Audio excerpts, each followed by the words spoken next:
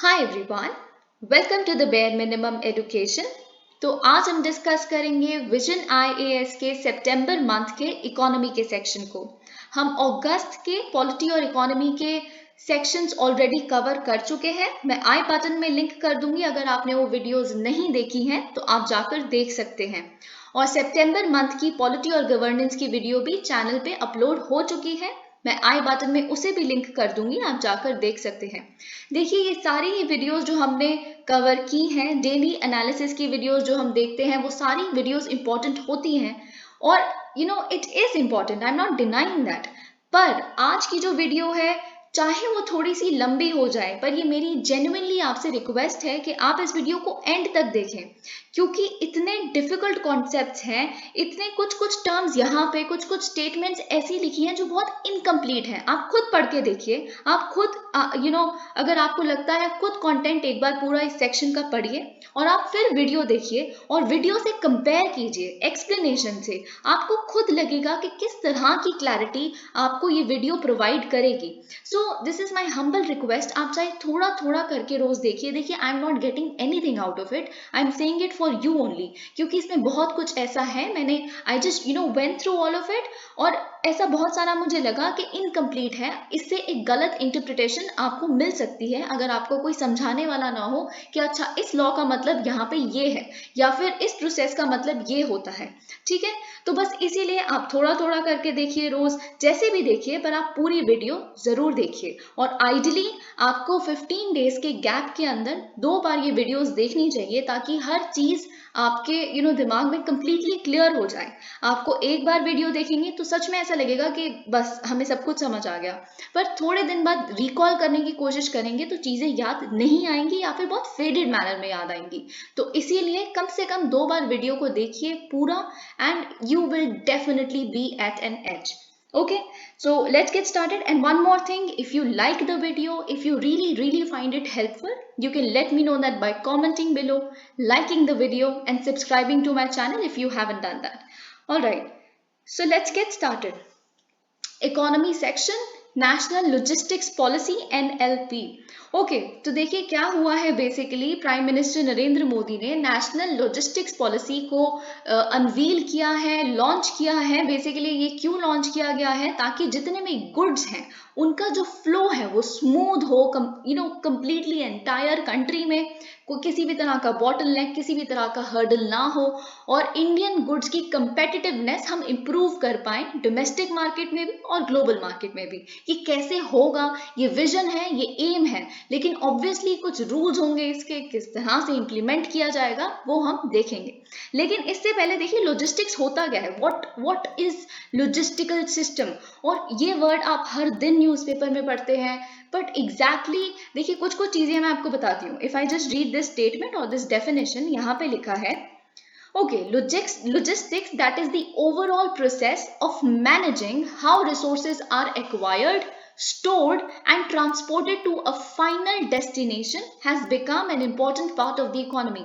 देखिए लॉजिस्टिक्स क्या होता है, अगर आप यहाँ देखें, रॉ मटेरियल्स देखें, ठीक है, तो कोई पॉइंट ऑफ ओरिजिन होगा, रॉ मटेरियल्स कहीं पे तो बन रहे हैं या कहीं पे अवेलेबल हैं, तो किस तरह से उसको एक्वायर किया गया, अटेन किया गया, ठीक है, उस प्रोसेस को। फिर अब जब हमने एक्वायर कर लिया, उसे आप कहाँ स्टोर करेंगे, ये स्टोरेज सिस्टम बन रहा है, इंफ्रास्ट्रक्चर बन रहा है। फिर उसके बाद देखिए कई लोग समझते हैं सिर्फ फिजिकल एसेट्स ही इन्वॉल्व हैं, रोड्स इन्वॉल्व है, इलेक्ट्रिसिटी इन्वॉल्व है लॉजिस्टिक्स में, या फिर बंकर्स इन्वॉल्व है जहाँ पे आप गुड्स को रखेंगे। नहीं, इंफॉर्मेशन सिस्टम भी इन्वॉल्व है, क्योंकि हमें ये भी तो फोरकास्ट करना है कि कितनी डिमांड है, जो रॉ मटेरियल्स आपने स्टोर करके रखे हैं उसकी कितनी डिमांड है ओरिजिनल मैन्युफैक्चरर द्वारा, है ना। फिर आप उतना सप्लाई करेंगे, तो इंफॉर्मेशन सिस्टम भी इसमें इंक्लूडेड होती है। ओके, फिर आपने उसको इंटरमीडिएट टर्म्स में रखा अपने पास, फिर उसके बाद आपने मैन्युफैक्चरिंग के लिए भेजा, फिर उसी प्रोसेस को ट्रांसपोर्ट करना, स्टोर करना। तो ये सब कुछ, इस पूरे प्रोसेस को प्लान करना और इम्प्लीमेंट करना from the point of origin till जो उसका फाइनल कंज्यूमर है, इस पूरे प्रोसेस तक जो भी है उसको जितना स्मूथ बना सके, जितना फ्री ऑफ हर्डल्स बना सके, उतना ये पॉलिसी करना चाहती है। देखिए वही लॉजिस्टिक सेक्टर को अगर आप इम्प्रूव कर लेंगे तो बहुत हद तक जब आपको पता है, हम जब एक एग्जाम्पल लेते हैं, सिंपल एग्जाम्पल, ठीक है, अगर रोड्स में खड्डे इतने ज्यादा नहीं है, ठीक है, तो उतना कम टाइम लगेगा एक ट्रक को किसी भी चीज को कहीं तक पहुंचाने के लिए, है ना। या फिर एक सीधा सीधा रास्ता जाता है लेकिन वो पक्का नहीं बना हुआ, तो फिर उसको एक बड़ा रास्ता लेना पड़ेगा, ज्यादा पेट्रोल फूकेगा और उस उतना ही ज्यादा पैसा लगेगा। तो फाइनल गुड जो अवेलेबल मार्केट में अवेलेबल किया जाएगा वो महंगा होगा। इसलिए क्या होगा, हमारे गुड की, वो हमारे डोमेस्टिक गुड की जो कंपेटिटिवनेस है, यानी कि बाकी गुड्स के, या फिर अगर हम किसी उसी तरह के गुड को इंपोर्ट कर रहे हैं तो उसके कंपैरिजन में हमारा जो डोमेस्टिक गुड है वो थोड़ा सा महंगा होगा and hence less competitive. Okay, तो यही हमें बेसिकली इंप्रूव करना है। तो अगर हम देखें इंडिया के लॉजिस्टिक सेक्टर का क्या वैल्यूएशन है, अगर 2021 की बात करें तो अराउंड $250 बिलियन, और हम एक्सपेक्ट कर रहे हैं कि 2025 तक ये $380 बिलियन तक पहुंच जाएगा। Alright, to improve infrastructure and logistics services, government has taken several initiatives। देखिए, ये तो हम देख रहे हैं कि पॉलिसी लाई गई है, ठीक है, लेकिन सरकार ऑलरेडी पिछले 2-4 साल से बहुत ज्यादा सीरियसली बहुत तरह के इनिशिएटिव्स को लॉन्च कर रही है। ओके, आपको पता होगा पीएम गति शक्ति नेशनल मास्टर प्लान, इसके बारे में आप जानते हैं, बहुत इंपॉर्टेंट भी है। यहाँ पे तो केवल एक स्टेटमेंट के रूप में, एक पॉइंट के तरह इसको लिखा गया है, पर मैं आपको सजेस्ट करूंगी आप इस नेशनल मास्टर प्लान को कंप्लीटली कवर करें।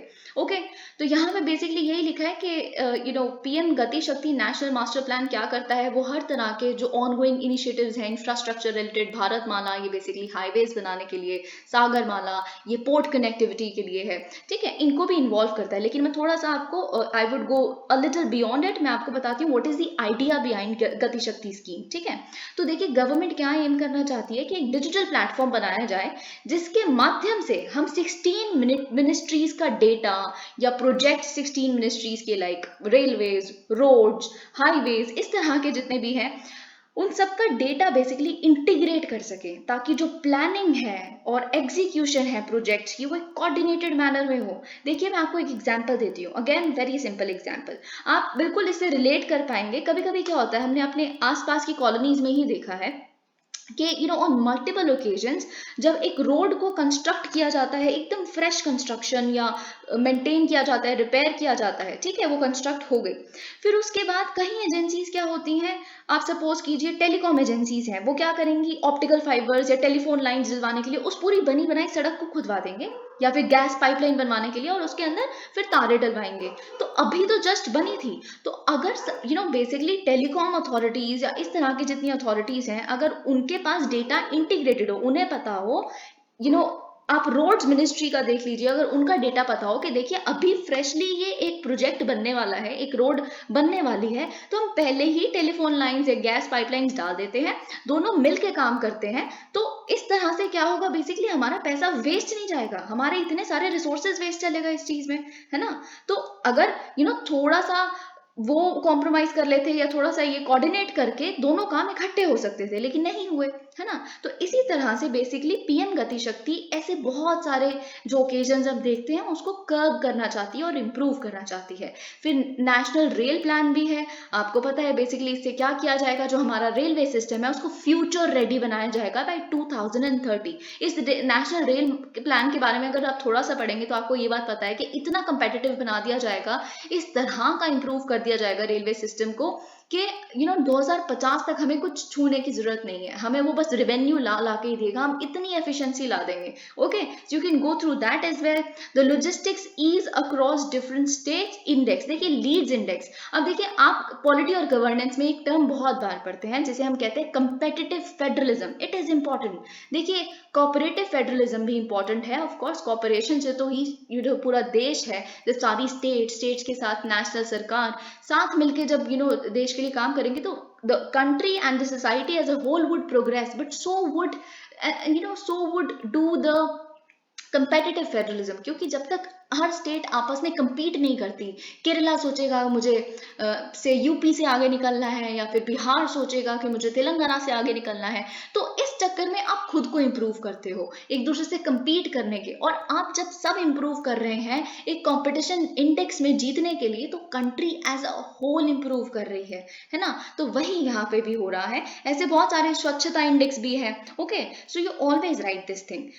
तो यहाँ पे जो logistics ease across different states है, तो हर स्टेट अपने रीजन में बेसिकली लॉजिस्टिक्स को, उसके इंफ्रास्ट्रक्चर को इम्प्रूव करने की कोशिश करती है, और इसके परफॉर्मेंस को बेसिकली इस इंडेक्स से नापा जाता है। All right, several other reforms as well, बहुत सारे और। Paperless EXIM trade process. EXIM क्या होता है? Export import. X stands for export, IM stands for imports। तो ये जो ट्रेड प्रोसेस है बेसिकली, जितना भी कस्टम क्लियरेंस या डॉक्यूमेंटेशन क्लियरेंस करवा दिया, पेपरलेस हो चुकी है, completely digital automatic route, faceless route. Okay, ये हो चुका है through e Sanchit portal. Faceless assessment for customs, e way bills. GST में आपको पता है किस तरह से इनवॉइसिंग कंप्लीटली, जीएसटी का पूरा जो मैकेनिज्म है वो ऑनलाइन है कंप्लीटली। तो इस तरह से आपने फेसलेस कर दिया, पेपरलेस कर दिया, है ना। So you improving things. अब ऐसे संभाल के रद्दी के रूप में रखा हुआ है, फिर कोई सरकारी अफसर उसे उठाएगा, फिर आप चेक करेंगे, फिर आप वेट करेंगे, गॉन अदर टाइम्स। इस तरह से इम्प्रूवमेंट और एफिशिएंसी और रेड टेपिज्म जो होता है उसको कर्ब कर दिया गया है। फास्टैग आप देख सकते हैं कैसे टोल के माध्यम से आप बस गाड़ी पास कीजिए एंड फास्टैग जो लगा हुआ है उससे आपका पैसा खुद से कट जाएगा। ठीक है। Need for national logistics policy. अब क्या जरूरत पड़ गई थी बेसिकली इस पॉलिसी को लाने की? इनिशिएटिव्स तो ऑलरेडी हम बहुत सारे ले रहे थे। ओके, तो देखिए हमारी कंट्री में जो लॉजिस्टिक्स का कॉस्ट है वो बहुत हाई है। ठीक है, जब हम ग्लोबल बेंचमार्क से अगर कंपेयर करें तो इट इज एक्सट्रीमली हाई। हम अपने जीडीपी का 13 से 14% लॉजिस्टिक्स में खर्च करते हैं, जो हम अगर यहाँ पे थोड़ा कम कर लें तो हम उस तरह का और डेवलपमेंटल एफर्ट्स में लगा सकते हैं। और अगर हम बाकी मेजर इकोनॉमी से कंपेयर करें, so they spend around 8 to 9% of their GDP, तो हम काफी 5 से 6% आगे हैं। ठीक है, अब इसमें भी हम देखें लॉजिस्टिक्स में भी ट्रांसपोर्टेशन जो है वो सबसे ज्यादा अकाउंट करता है कॉस्ट में। लॉजिस्टिक कॉस्ट में 53% ट्रांसपोर्टेशन में जाता है। ठीक है, फॉलोड बाय, अब ये कुछ कुछ है जो आप देख सकते हैं, क्योंकि ये फैक्ट्स के पर्सपेक्टिव से भी आपके लिए इंपॉर्टेंट बन सकता है।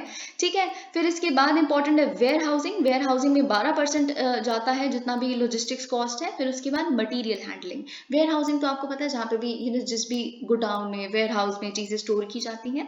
ओके, तो यहाँ पे पुअर लॉजिस्टिक्स परफॉर्मेंस रैंकिंग देखिए बहुत इंपॉर्टेंट है। जो ग्लोबल लॉजिस्टिक्स परफॉर्मेंस इंडेक्स है जो वर्ल्ड बैंक रिलीज करता है, उसमें 44th रैंक पे है। 2018 का इंडेक्स अगर देखें तो it is poor. Okay, low competitive, देखिए अब तो हम 5th लार्जेस्ट इकोनॉमी बन गए हैं, तो हमसे काफी एक्सपेक्टेशंस हैं। बाकी कंट्रीज यहाँ के इन्वेस्ट करना चाहेंगी, ट्रेड करना चाहेंगी, एक्सपोर्ट इंपोर्ट और बढ़ेगा, ग्लोबल ट्रेड में हमारा कंट्रीब्यूशन बढ़ेगा। तो इसीलिए बहुत इंपॉर्टेंट है कि हम अपना ये लॉजिस्टिक सेक्टर को इम्प्रूव करें। People have started expecting a lot from us. Low competitiveness, जैसे कि हमने स्टार्टिंग में डिस्कस किया, हमारा कंपेटिटिवनेस बहुत कम है। Over dependence on roads. Now this is a very important point. You should always be mentioning this, क्योंकि बात ये है हर कंट्री में यूजुअली वाटरवेज पे डिपेंड किया जाता है या फिर रेलवेज पे डिपेंड किया जाता है, जो ट्रांसपोर्ट करवाना होता है गुड्स को, उसके लिए। लेकिन हमारी कंट्री में इट्स दी ऑपोजिट, है ना। हम रोड से ट्रांसफर करवाते हैं, ट्रांसपोर्ट करवाते हैं, उस पर सबसे ज्यादा कॉस्ट लगती है। It's almost double the cost. क्योंकि अगर हम बात करें वाटरवेज तो काफी चीप है। अगर आप इनलैंड वाटरवे रूट अगर कंप्लीटली हमारी कंट्री में डेवलप हो जाए ना, तो हमारे लिए बहुत चीप ट्रांसपोर्टेशन हो जाएगी। ठीक है, तो 64.5% goods are transported through roads compare to 25% only globally. तो ग्लोबली आप देख सकते हैं सिर्फ 25% जो उनका लॉजिस्टिक्स है या बेसिकली गुड्स ट्रांसपोर्ट है वो रोड्स के माध्यम से होता है। बाकी सारे वो वाटरवेज या इस तरह के जो इनलैंड जो वाटरवेज हैं या रेलवेज, इस तरह से ट्रांसपोर्ट करवाते हैं। पर यहाँ पे इट्स दी ऑपोजिट, काफी ज्यादा शेयर रोड्स का, जो काफी महंगा है। ठीक है, लो इन्वेस्टमेंट्स। अब देखिए बहुत ये है, high cost inefficiencies in intra modal logistics act as a hurdle in attracting large scale investment in India to turn it into a manufacturing power house. Not very important, बहुत कम इन्वेस्टमेंट है logistic sector में, बहुत ज्यादा।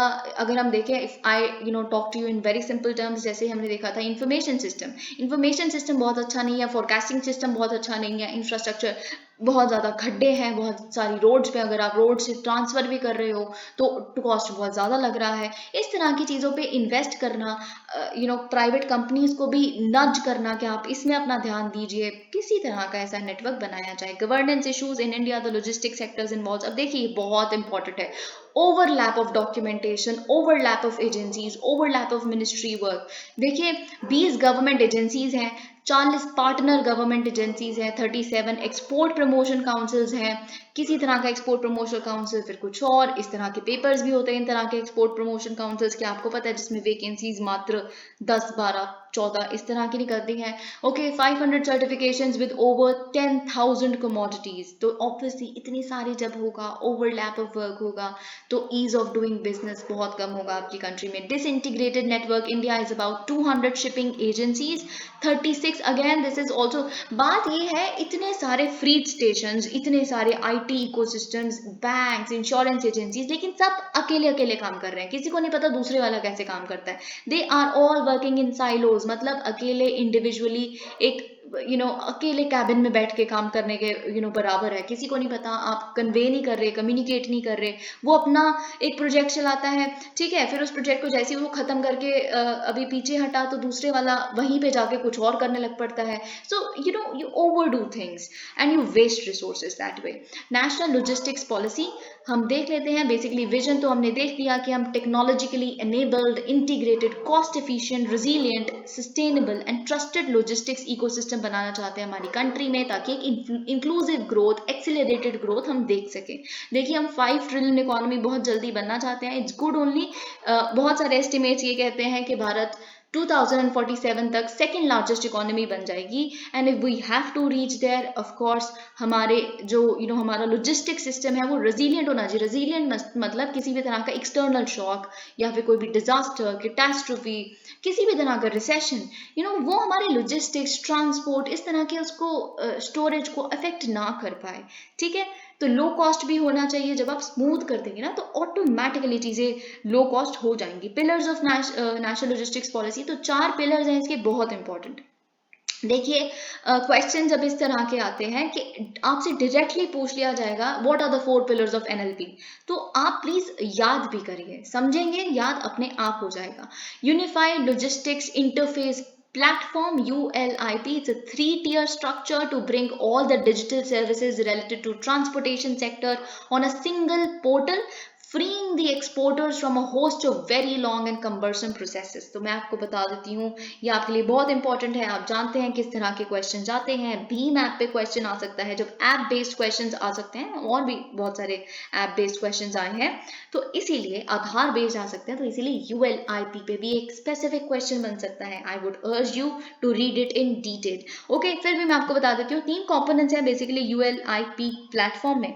Number 1 is integration with existing data sources of ministries. अब देखिए बहुत सारी मिनिस्ट्रीज हैं, हमने ऊपर अभी जस्ट देखा, डेटा पढ़ा, कितने सारे partner agencies, ministries, government departments, ये सब कुछ है। ठीक है, तो बेसिकली अब हर कोई अपना अपना किसी तरह के प्रोजेक्ट पे काम कर रहा है, बहुत सारा डेटा है उस प्रोजेक्ट से रिलेटेड जो प्रपोज किया गया है, चालू होने वाला है, जिसकी कोई टाइमलाइन है। ठीक है, तो अब सारे क्या करेंगे, बेसिकली उस डेटा को इंटीग्रेट करेंगे, कंसोलिडेट करेंगे उन सारे डेटा पॉइंट्स को। ओके, सेकेंड कंपोनेंट होता है data exchange with private players. देखिए अब बहुत बार ऐसा होता है कि जहां पे गवर्नमेंट उतना एफिशिएंटली काम नहीं कर सकती, क्योंकि government is never concerned about competition. Government से कौन लड़ रहा है, कोई भी नहीं। लेकिन जो प्राइवेट प्लेयर्स होते हैं वो एक दूसरे से compete करते हैं, और इसी वजह से लो से लो वो कहेंगे, अब आप कहोगे कि हम 10 रुपए में आपका यहाँ पे पहुंचा देंगे ये कुरियर, दूसरी कंपनियां कहेगी कि नहीं हम 7 रुपए में पहुंचाते हैं पर करियर, है ना। तो वो चीज होती है, कंपेटिटिवनेस आ जाती है ना, जब कंपटीशन आ जाता है तो बहुत एफिशिएंसी भी आती है। ठीक है, तो बहुत कम चांसेस हो जाते हैं करप्शन के भी। तो वही यहाँ पे भी है बेसिकली। अब आपने सारा डेटा इंटीग्रेट कर लिया है ना, प्रोजेक्ट्स के बारे में सब कुछ। अब आप क्या करोगे, है ना, आप बेसिकली इस डेटा को अलाउ करोगे depending upon, of course verify करोगे किस तरह का प्राइवेट प्लेयर है किस तरह का नहीं है ना। तो फिर अगर जब वेरीफाई कर लिया तो फिर आप क्या करोगे, ये जो डेटा ULIP पे अवेलेबल है, then you would share this particular type of data इस तरह के प्राइवेट प्लेयर्स। क्या पता कोई प्राइवेट प्लेयर ऐसा हो जो डिस्पैच या डिलीवरी में सर्विसेज प्रोवाइड करता हो, है ना, लॉजिस्टिक्स सर्विस प्रोवाइडर हो, है ना, तो वो हेल्प कर पाएगा, उसको आप परमिशन दे सकते हैं, ऑथराइज कर सकते हैं, वो आप इस प्रोजेक्ट में वो भागीदारी निभा सकते हैं। ठीक है, तो ये डेटा एक्सचेंज होगा। थर्ड कंपोनेंट है unified document reference in the supply chain. मतलब इसका मतलब क्या है, देखिए, this is basically to enable a single digitised document reference. तो मतलब इससे क्या होगा कि अगर एक प्राइवेट प्लेटफॉर्म है, ठीक है, उसने एक बारी क्या किया, उसने अपने सारे डॉक्यूमेंटेशन वगैरह वेरीफाई करवाए कि ठीक है मैं ये तरह की लॉजिस्टिक सर्विसेज प्रोवाइड करवाता हूँ, जस्ट टेकिंग एन एग्जांपल, है ना। तो अब बेसिकली उससे अपने डॉक्यूमेंट वेरीफाई करवा दिए, उसको डेटा भी मिल रहा है प्लेटफॉर्म से, तो अब वो डॉक्यूमेंट एक ही बार देना है, ये नहीं कि 36 मिनिस्ट्रीज हैं तो 36 को अलग अलग देखिए ये वाला डॉक्यूमेंट है, मैं आप दोबारा वेरीफाई कर लूँ। No, even in the future अगर कोई डॉक्यूमेंट के लिए वो सर्विस प्रोवाइड करना चाहते हैं किसी भी तरह का, वो आपस में जो भी कॉन्ट्रैक्ट होता है उसके लिए वो एक ही डॉक्यूमेंट जो सबमिट कर चुके हैं उसी को उन्होंने रख लिया, वो परमानेंटली सेव हो गया वो, ठीक है, एटलीस्ट सरकार के उस प्लेटफॉर्म पे, तो it won't be a problem that way. Okay, तो आप देख रहे हैं किस तरह से कितना डॉक्यूमेंटेशन कम हो गया, सिरदर्दी कम होगी, how easy it becomes that वे।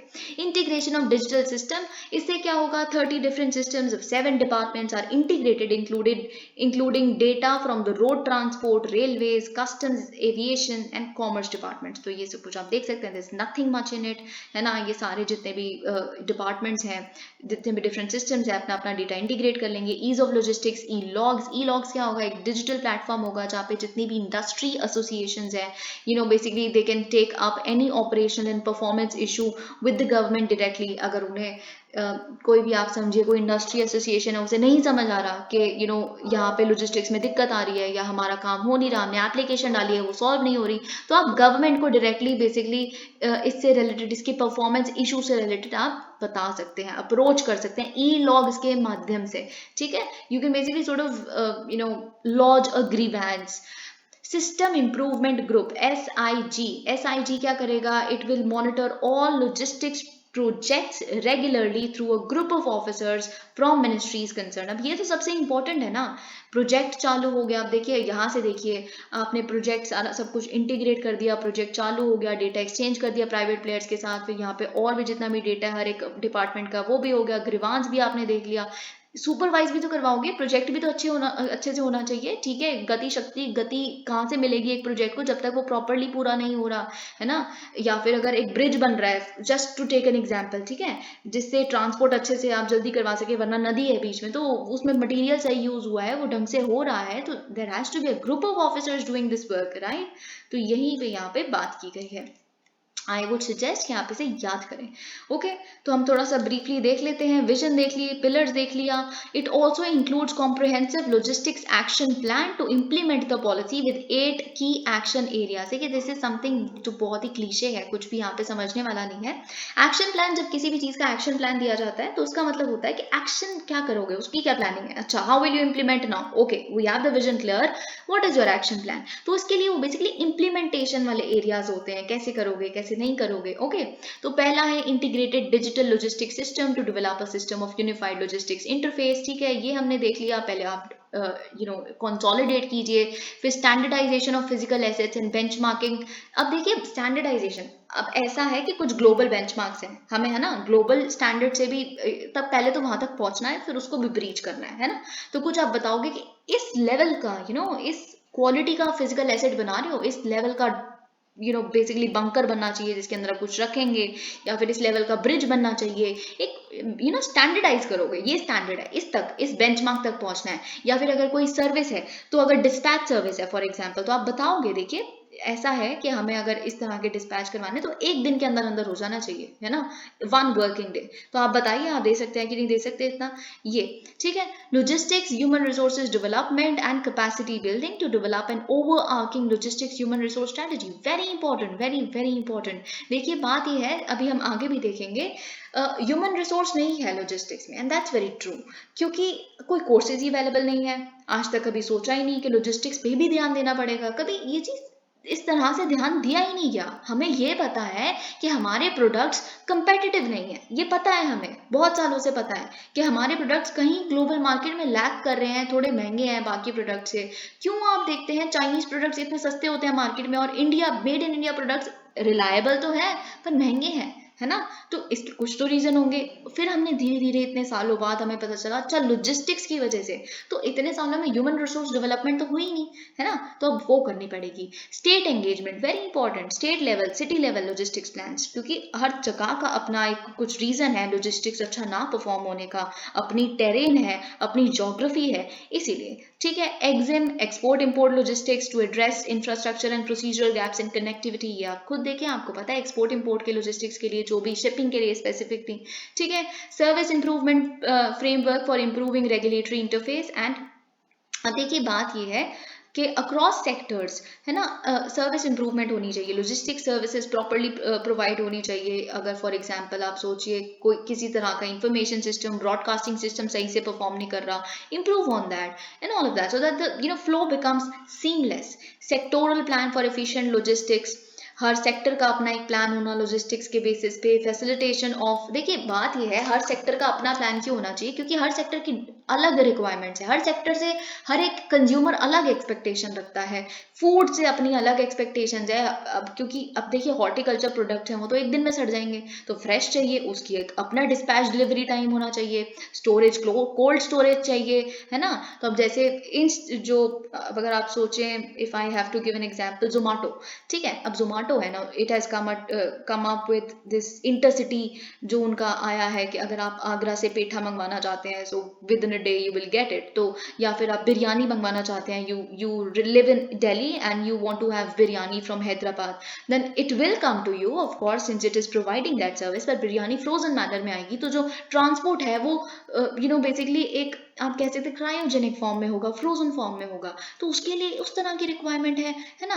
तो ये सारी तरीके से होने, सेक्टोरल प्लान होगा, हर सेक्टर का अपना plan. Okay, facilitation of development of logistics parks. अब देखिए लॉजिस्टिक्स पार्क्स के बारे में बता दूं, लॉजिस्टिक्स पार्क्स के बारे में ऑलरेडी एक स्कीम भी चल रही है। तो लॉजिस्टिक पार्क में क्या होगा कि जैसे आप इंडस्ट्री पार्क देखते हैं, सोलर पार्क देख रहे हैं, जहाँ पे बहुत सारे जितने भी सोलर रिलेटेड स्टेक होल्डर्स हैं वो इकट्ठे आके बेसिकली उसको हब बना देते हैं एक सोलर का, है ना? तो वैसे ही लॉजिस्टिक्स पार्क में क्या होगा कि रेडीमेड या कस्टम बिल्ड जितने भी ऑफिस कॉम्प्लेक्सेस हैं, डेटा सेंटर्स, जो इन्फॉर्मेशन देखेंगे डिमांड कितनी है, सप्लाई कितनी जानी चाहिए, सब कुछ, है ना? या फिर ट्रांसपोर्ट डिपोज, या फिर आप सोच सकते हैं लेबर जहाँ पे अकोमोडेट की जाएगी उनके लिए भी घर होंगे, रेजिडेंशियल कॉम्प्लेक्सेस, या फिर रिटेल फैसिलिटीज भी होंगी, कस्टम्स हाउसेस भी होंगे, सब कुछ एक जगह पे, क्लियरिंग भी एक ही जगह हो रही है, डेटा भी एक जगह पे है, फ्यूल पंप भी एक जगह पे है, लेबर भी वहीं पे रहती है, तो एफिशिएंसी और वहां से एक्सपोर्ट सोचिए किस तरह से हो पाएगा। तो लॉजिस्टिक्स पार्क्स डेवलप करना, तो यहीं पे यहाँ बात की गई है। पोटेंशियल चैलेंजेस है, देखिए चैलेंजेस तो है ही बहुत सारे, ऑपरेशनल चैलेंजेस है, फंक्शनल चैलेंजेस है ना? कॉपरेशन होनी चाहिए हर स्टेट के द्वारा, ये यहाँ पे लिखा है। इनएडिक्वेट ट्रेंड मैन पावर, देखिए यहाँ पे बहुत कुछ नहीं है, ये आप बिल्कुल खुद पढ़ सकते हैं। इंश्योरिंग डिजिटल कनेक्टिविटी, वही दो चार वही क्लीशे पॉइंट्स हैं। Way forward, okay, the recent all India council for technical education initiative, अब आप इसको जरूर मेंशन करें, AICTE को जरूर मेंशन करें, क्योंकि ये इनिशिएटिव बेसिकली क्या करना चाहता है, ये it will form a task force to focus on developing and implementing technical and skilling courses, जैसे कि मैंने स्टार्टिंग में बताया। ओके, स्किलिंग कोर्स होना चाहिए लॉजिस्टिक्स पे, सप्लाई चेन मैनेजमेंट पे, जहां से बिल्कुल ओरिजिन है वहां से एंड तक वो सप्लाई चेन कैसी चल रही है, चेन में कोई वीक लिंक तो नहीं है, उसको सॉल्व करने का। ठीक है, ये चीजें आज तक कभी इसको एकेडमिकली देखा ही नहीं गया, विच इज ऑफ कोर्स। जब तक आप देखिए किसी चीज पे रिसर्च, या जब तक आप पे कुछ एकेडमिक्स नहीं अवेलेबल करवाते, वो चीज कभी फ्लरिश नहीं कर सकती। वैसे ही बे ऑफ बंगाल, अगर आपको पता है कि हम कहते हैं एक्ट ईस्ट पॉलिसी, मैं थोड़ा सा डाइग्रेस कर रही हूँ, पर just to give you a broader perspective, act east policy हमने अपनाई हुई है, लेकिन आप तब तक एक्ट नहीं कर सकते जब तक आपके यहाँ के लोगों को यही नहीं पता एक्ट करना क्या है। What is bay of Bengal, what is act east में तो बे ऑफ बंगाल वाला रीजन और उसके बियॉन्ड आता है। तो पहले बताओ तो बे ऑफ बंगाल में नेविगेशन किस तरह की है, फिशरीज किस तरह की है, वहाँ का क्लाइमेट, वहाँ की ज्योग्राफी, वहाँ के लोग, हैबिटेट, एवरीथिंग, कल्चर। तो अब देखिए इसमें भी कुछ हम देखना शुरू कर रहे हैं। बे ऑफ बंगाल में पहली बार हम देख रहे हैं, जैसे मैंने अपने डेली न्यूज़पेपर वीडियोस में कवर किया है, Nalanda university it is coming up with I think 6 week course on bay of Bengal, and that's good, है ना। तो इसी तरह से इसी में लॉजिस्टिक्स में भी हमें इस तरह के एकेडमिक कोर्सेज चाहिए। Okay, further work could be on aligning states policy with state की पॉलिसी जो है लॉजिस्टिक उसको एनएलपी से अलाइन किया जाए, ठीक है, फिर उसको प्रैक्टिस में भी तब्दील किया जाए। Encouraging private sector investment in warehousing very important. Engaging transport unions to move towards a new work culture. देखिए ट्रांसपोर्ट यूनियंस बहुत बार पता है हम क्या देखते हैं, जो ट्रक्स वाले हैं, जो इनकी यूनियन है, वो बहुत बार इतने क्रूशल टाइम्स पे प्रोटेस्ट पे चले जाते हैं जब उन्हें पता है कि हम सरकार की उस हालत का फायदा उठा सकते हैं, अपनी डिमांड्स रख सकते हैं, वेज इंप्रूवमेंट है किसी भी तरह की। उनको थोड़ा सा एक नया वर्क कल्चर अडॉप्ट करने के बारे में जरूर बोलना चाहिए। देखिए उनको बताना चाहिए कि हमारे गुड्स का जिस भी तरह से प्रैक्टिकली भी इमोशनली भी जैसे भी कि हमारी गुड्स की कंपेटिटिवनेस, भारत का एक्सपोर्ट होना, ये सारे उसको, तो आप प्लीज इस तरह से स्ट्राइक्स करना ये सब सही नहीं है। तो कुछ नया वर्क कल्चर एथिक्स भी उसमें इन्वॉल्व करना चाहिए। They have not gotten into that. How creating a support system financial educational and technological to reduce logistics cost of course आप देखिए लॉजिस्टिक्स को क्या करिए, आप थोड़ा सा उसको फाइनेंशियल प्रायोरिटी भी रखिए, बैंक्स को बताइए कि क्रेडिट देना जरूरी है, ये सेक्टर बहुत इंपॉर्टेंट है। ओके, मेकिंग इंडिया अ मैन्युफैक्चरिंग हब। देखिए इसमें मैं आपको एक बहुत बहुत इंटरेस्टिंग सी स्टोरी बताऊंगी। ओके, कुछ एक दो स्टोरीज हैं इसमें जो इमर्ज हो रही है and it's very interesting little but very interesting. अब देखिए रिसेंटली हमने क्या देखा है, मिस्टर मोदी ने क्या कहा है, that we aim to become a manufacturing hub. ये कहाँ कहा है उन्होंने, Shanghai cooperation organisation summit 2022। See मैं आपको इससे रिलेटेड, इससे पहले कि मैं स्टार्ट करूं, यहाँ तो नहीं लिखा क्योंकि ये सितंबर की वीडियो है, पर हम पिछले 2-4 दिन से देख रहे हैं कि किस तरह से C295 का जो एयरक्राफ्ट वडोदरा में अब बनाया जाएगा, टाटा के साथ मिलके, टाटा एंड एयरबस जो है साथ में उसको असेंबल करेंगे एंड ऑल ऑफ दैट। तो इससे क्या होगा, मिस्टर मोदी ने आज क्या कहा है, make in India as well as make for the globe. ना ही हम सेल्फ सफिशिएंट बन रहे हैं कि हम खुद बनाएंगे इंडिजिनियसली हर चीज को, आत्मनिर्भर बनेंगे मैन्युफैक्चरिंग में, और डोमेस्टिक मार्केट को तो कंप्लीटली हम केटर कर देंगे, पर साथ साथ हम सरप्लस भी प्रोड्यूस करेंगे, हम बाहर के लोगों के साथ भी कॉन्ट्रैक्ट करेंगे और उसको एक्सपोर्ट करेंगे। ओके, तो आप इस तरह के एग्जांपल्स लिख सकते हैं डिफेंस सेक्टर के भी। मैन्युफैक्चरिंग हब पे अगर क्वेश्चन आता है, जो कि बहुत प्रोबेबल है, मैन्युफैक्चरिंग पे अगर हब पे क्वेश्चन नहीं आया तो मैन्युफैक्चरिंग पे एक क्वेश्चन आएगा कॉम्प्रिहेंसिव, कुछ इसके साथ मिलके भी आ सकता है, that of course you will have to deal with it. Okay, तो हम देख लेते हैं इंपॉर्टेंस क्या है मैन्युफैक्चरिंग सेक्टर की। इससे पहले हम यहाँ देखते हैं what is the manufacturing sector, what is the status of manufacturing sector of India. Manufacturing क्या होता है, देखिए बेसिकली आप क्या, जब गुड्स को प्रोड्यूस करना होता है एक, आप कह सकते हैं इकोनॉमिक स्केल पे, लार्ज क्वांटिटीज में, है ना, तो आप बेसिकली रॉ मटेरियल्स को प्रोसेस करते हो, उसमें किसी तरह का कुछ एडिशन, उसका मोल्डिंग, जैसे भी उसको कुछ प्रोसेस करते हो ताकि वो एक वैल्यूएबल प्रोडक्ट में कन्वर्ट हो जाए, उसे हम कहते हैं मैन्युफैक्चरिंग। ठीक है, जैसे paper banana would say, would के पल्प से, क्लोथ्स बनाना कॉटन से, कपास से, ठीक है, इसे कहते हैं मैन्युफैक्चरिंग। अब India is amongst the top 10 manufacturing Nations of the world. Okay, अगर हम मोबाइल मैन्युफैक्चरिंग में बात करें तो हम सेकंड लार्जेस्ट है मैन्युफैक्चरिंग में। स्टार्टअप एनवायरनमेंट की बात करें, थर्ड लार्जेस्ट स्टार्टअप एनवायरनमेंट है हमारी कंट्री में। चाइना बहुत ज्यादा, US number 1, China number 2, third is India. Okay, तो ये सारी चीजें, अगर हम बात करें एम्प्लॉयमेंट जनरेशन बहुत ज्यादा है, 6.24 crore people are employed in manufacturing sector. Okay, FDI भी बहुत आता है इसमें। All right, also its performance on international benchmarks has improved. Okay, it's not excellent but it has improved significantly। कि इससे क्या होगा, बेसिकली जब आपको पता है कि मैन्युफैक्चरिंग इन्वायरमेंट इधर अच्छा है तो बाहर के लोग ज्यादा एफडीआई ज्यादा इन्वेस्ट करेंगे, यहाँ पे आके कंपनीज खोलेंगे, they will come and manufacture here. Okay, तो ये इंपॉर्टेंट होगा। वैसे ही अगर हम देखें ईज ऑफ डूइंग बिजनेस जो रिपोर्ट है जो वर्ल्ड बैंक निकालती है, हम उसमें 79 प्लेसेस जंप कर गए हैं 2014 से। ठीक है, 2020 में हम 63rd रैंक पे आए हैं। अगर हम बात करें, it is second most sought after manufacturing destination of the world in global manufacturing risk index from Cushman and Wakefields. ठीक है, growing interest can be seen from the example. अब देखिए ये बहुत इंपॉर्टेंट है, इसी स्टोरी के बारे में मैं आपको बता रही थी। अब देखिए मैंने आपको बताया कि बहुत सारी कंट्रीज अब इसको, हमारी कंट्री को एज अ डेस्टिनेशन देख रही है कि हाँ बिल्कुल हम रिलायबल समझते हैं भारत को, या पॉलिटिकल स्टेबिलिटी भी है, सरकारें भी नेपाल की तरह या यूके की तरह इस तरह बदलती नहीं रहती है ना, और भी बड़े सारे फैक्टर्स हैं, मैन्युफैक्चरिंग एनवायरनमेंट भी अच्छा है ना, तो इसीलिए यहाँ पे इन्वेस्ट करने लगी है। अब आप इसका एग्जाम्पल है टॉय सेक्टर, देखिए आप इसका एग्जाम्पल ना ही सिर्फ इकोनॉमी के सेक्शन में मेंशन कर सकते हैं, GS4 में भी मेंशन कर सकते हैं, ठीक है। तो बेसिकली क्या हुआ है, with imports decreasing by 70% while exports increasing by 61% since the pandemic. सिर्फ पैंडेमिक देखिए पैंडेमिक एक बहुत बड़ी कैटास्ट्रफी बन के आया हमारे लिए, लेकिन कि हमारी इकोनॉमी के लिए ऑफ कोर्स इकोनॉमी बहुत ज़्यादा बर्बाद हुई है, I am not going it to that, but कुछ जो डिजिटल उसमें सेक्टर में देख लीजिए कि एडुकेशन का कॉन्सेप्ट किस तरह से ट्रांसफॉर्म हो गया, या फिर अगर हम देखें पैंडेमिक में ही 100 यूनिकॉर्न्स आ गए, 100 स्टार्टअप्स और ऐड हो गए, इस तरह की चीज़ें बहुत कहीं लोगों के लिए बहुत बड़ा आप कह सकते हैं अपॉर्चुनिटी भी बन के आया, ठीक है। तो वैसे ही टॉय इंडस्ट्री जो हमारे एक्सपोर्ट 70% वहाँ पे डिक्लाइन हो गए हैं, और हमारे एक्सपोर्ट्स जो है इंपोर्ट 70% डिक्लाइन, एक्सपोर्ट 61% इंक्रीज हो गए हैं सिंस द पैंडेमिक, सिर्फ 2020 से। अब ये क्यों हुआ है, इसका रीजन आपको पता होना चाहिए, ठीक है। अब देखिए बहुत सारी गवर्नमेंट पॉलिसीज हैं, गवर्नमेंट ऑफ इंडिया की ऐसी कुछ पॉलिसीज हैं जिसकी वजह से ये हो रहा है, ठीक है। तो बेसिकली हमने क्या किया है, हमारी सरकार ने कस्टम ड्यूटी इंक्रीज कर दी है इंपोर्टेड टॉयज पे, मतलब इंपोर्ट ड्यूटी इतनी भरोगे तो कौन यहाँ पे कौन दुकानदार यहाँ पे मास स्केल में इंपोर्ट करेगा और यहाँ बेचेगा, इतनी बड़ी इंपोर्ट ड्यूटी कौन भरेगा, ठीक है। साथ ही साथ में ये तो नंबर 1 हो गया। नंबर 2 ये है कि हमारी सरकार ने मैंडेट कर दिया है कि अगर आप कोई टॉय इंपोर्ट कर रहे हैं तो ब्यूरो ऑफ इंडियन स्टैंडर्ड्स का सर्टिफिकेशन को बेसिकली मैच करना चाहिए, ठीक है। तो बेसिकली ये 2 चीजें हैं, तो आप कर लो, इंपोर्ट करो टॉयज और बेच लो यहाँ पे मार्केट में। अब इन दोनों को बेसिकली लिया ही इन दोनों स्टेप्स को इसलिए गया है क्योंकि हम अपनी डोमेस्टिक मैन्युफैक्चरिंग बूस्ट करना चाहते हैं टॉय इंडस्ट्री में। ओके, आपने मिस्टर मोदी के मन की बात में भी बहुत सारी बातें सुनी होंगी इस तरह की।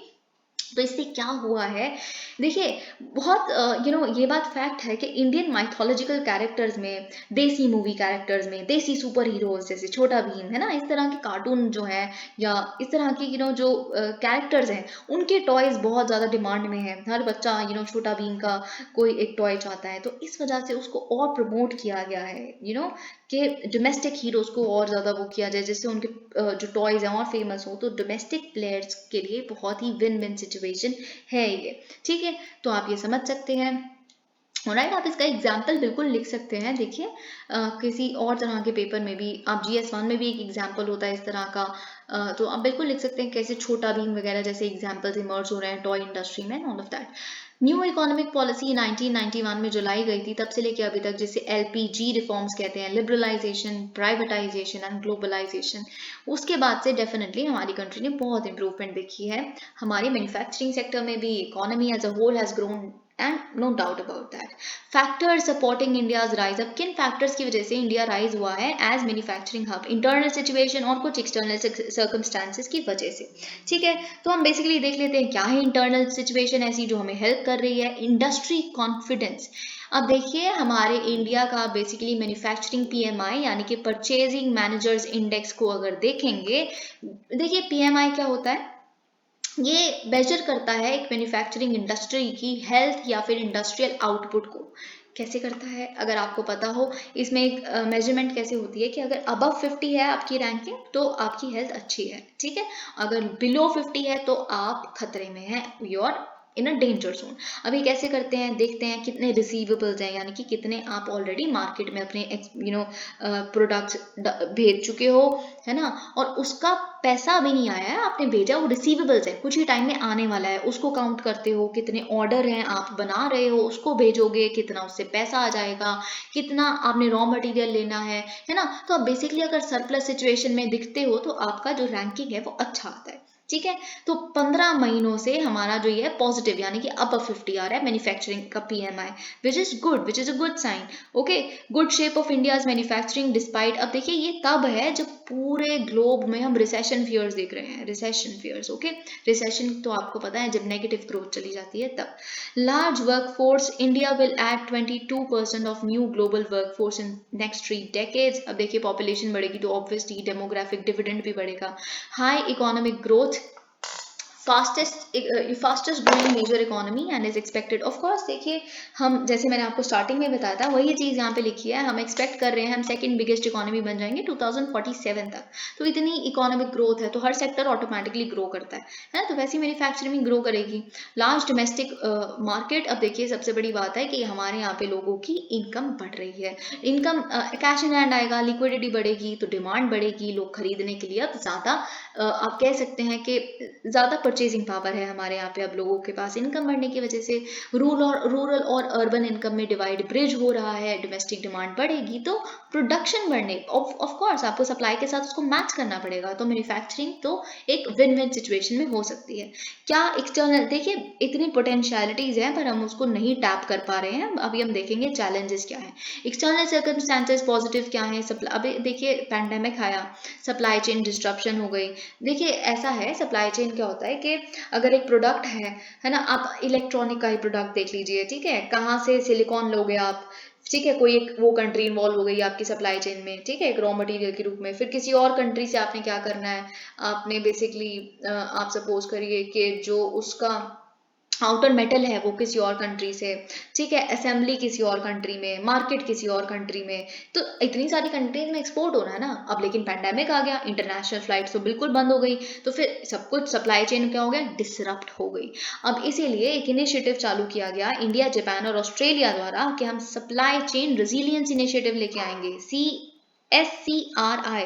इससे क्या होगा बेसिकली, इससे क्या करने की कोशिश की है इन्होंने, अपने जिस पे निर्भर है, चाइना पे सबसे ज्यादा निर्भर है ना ये तीनों कंट्रीज, है ना, बहुत हद तक इलेक्ट्रॉनिक इक्विपमेंट्स के लिए, APIs के लिए, जो बेसिकली फार्मास्यूटिकल इंग्रेडिएंट्स होते हैं, एक्टिव फार्मास्यूटिकल इंग्रेडिएंट्स जो मोस्टली चाइना से आते हैं, तो यहाँ पे बहुत ज्यादा निर्भर चाइना, ओवर रिलायंस आप कह सकते हैं हर कंट्री का। चाइना ने तो किया है ये खुद से नहीं हो गया अचानक से। अब हम सोच रहे हैं कैसे पूरा संसार चाइना पे निर्भर हो गया, चाइना ने इंश्योर किया है कि ऐसा हो और हुआ, ठीक है। तो अब बेसिकली अब आपको क्या करना है, चाइना प्लस पॉलिसी यानी कि 1+ पॉलिसी अब सब अपना रहे हैं कि अगर हम, अच्छा फॉर एग्जांपल कोई एक प्रोडक्ट है जो चाइना से लेते हैं, उसके साथ साथ हम क्या करेंगे, इंडिया से भी ले लेंगे, है ना। अगर एक प्रोडक्ट हम ऑस्ट्रेलिया से लेते हैं तो दूसरा प्रोडक्ट हम जापान से भी ले लेंगे, है ना। तो बेसिकली डाइवर्सिफाई कर दिया ताकि ओवर रिलायंस ना हो जाए कि बिल्कुल चाइना ने हमसे बातचीत करनी बंद कर दी तो बिल्कुल हमारी तो इकोनॉमी बर्बाद हो गई, उनका तो कुछ होगा नहीं, हमारे यहाँ रिसेशन आ जाएगा, तो ये ना हो, ठीक है। US China trade war, of course आपको पता है ये कोऑपरेटिंग राइवल्स से कैसे कंपेटिटिव राइवल्स बन गए, आपको नेशनल सिक्योरिटी पता है, स्ट्रैटेजी निकाली है जो बाइडन ने। एप्पल, अब देखिए इसी के चलते हुए क्या हुआ है, Apple has moved a significant share of its production to India. अब मैं आपको इसका भी बताती हूँ रीजन, ठीक है। ये बहुत ही पॉजिटिव स्टेप है, ये भी आप पॉइंट के फॉर्मेट में लिख सकते हैं। देखिए चेन्नई में अभी बहुत रिसेंटली एक प्रोडक्शन लाइन खोली गई है iPhone 14 के लिए ही, ठीक है। तो बेसिकली डोमेस्टिक इंडियन मार्केट है, कंप्लीटली उसी के लिए ये लोग असेंबल करेंगे iPhone 14 का सब कुछ, ऑब्वियसली कर दिया है इन्होंने, सितंबर में तो लॉन्च भी हो गया है, ठीक है। तो the move basically which actually marks the first time that the company has assembled iPhones outside of India in the same year they were released, is part of a plan कि वो अपनी मैन्युफैक्चरिंग ऑपरेशंस जो China में है उसको dismantle करें, मतलब उनको पता तो चले जो उनका मतलब कहीं और कर सकते हैं चाइना, और बेसिकली अगर इनके बीच में रिश्ता बिल्कुल खराब हो गया हर कंट्री, हर लिबरल कंट्री के बीच में, तो उसे कहीं तो अपनी असेंबल करनी है, मैन्युफैक्चर करने हैं, अपने फोन तो बेचने ही है ना, तो कहाँ करेंगे, इंडिया में ट्राई कर रहे हैं। तो इंडिया एक लुक्रेटिव डेस्टिनेशन लगती है तभी तो ट्राई कर रहे हैं। देखिए इसके भी कुछ नेगेटिव वैसे क्रिटिसिज्म हुई थी पर हम उसमें नहीं जाएंगे। Okay, situation in China, of course situation in China क्या है, वहाँ पे पॉपुलेशन एज हो रही है, वहाँ पे अब जो वहाँ के एडमिनिस्ट्रेटिव ऑफिशियल्स हैं वो फोन कर करके बोलते हैं कि आप please reproduce a little more, are you pregnant yet, are you going to have babies this year, आप बस मैरिज की है आपने और they want you to produce babies, क्योंकि वहाँ की पॉपुलेशन एज हो रही है। अब एजिंग पॉपुलेशन किसी को नहीं चाहिए, वो कंट्री जो कल को नंबर 1 बनने वाली है वो नंबर 1 नहीं बन पाएगी अगर वहाँ पे वर्कफोर्स की पॉपुलेशन चाइना की ग्रोथ स्टोरी क्या है? चाइना लेबर इंटेंसिव इंडस्ट्री से तो बड़ी है।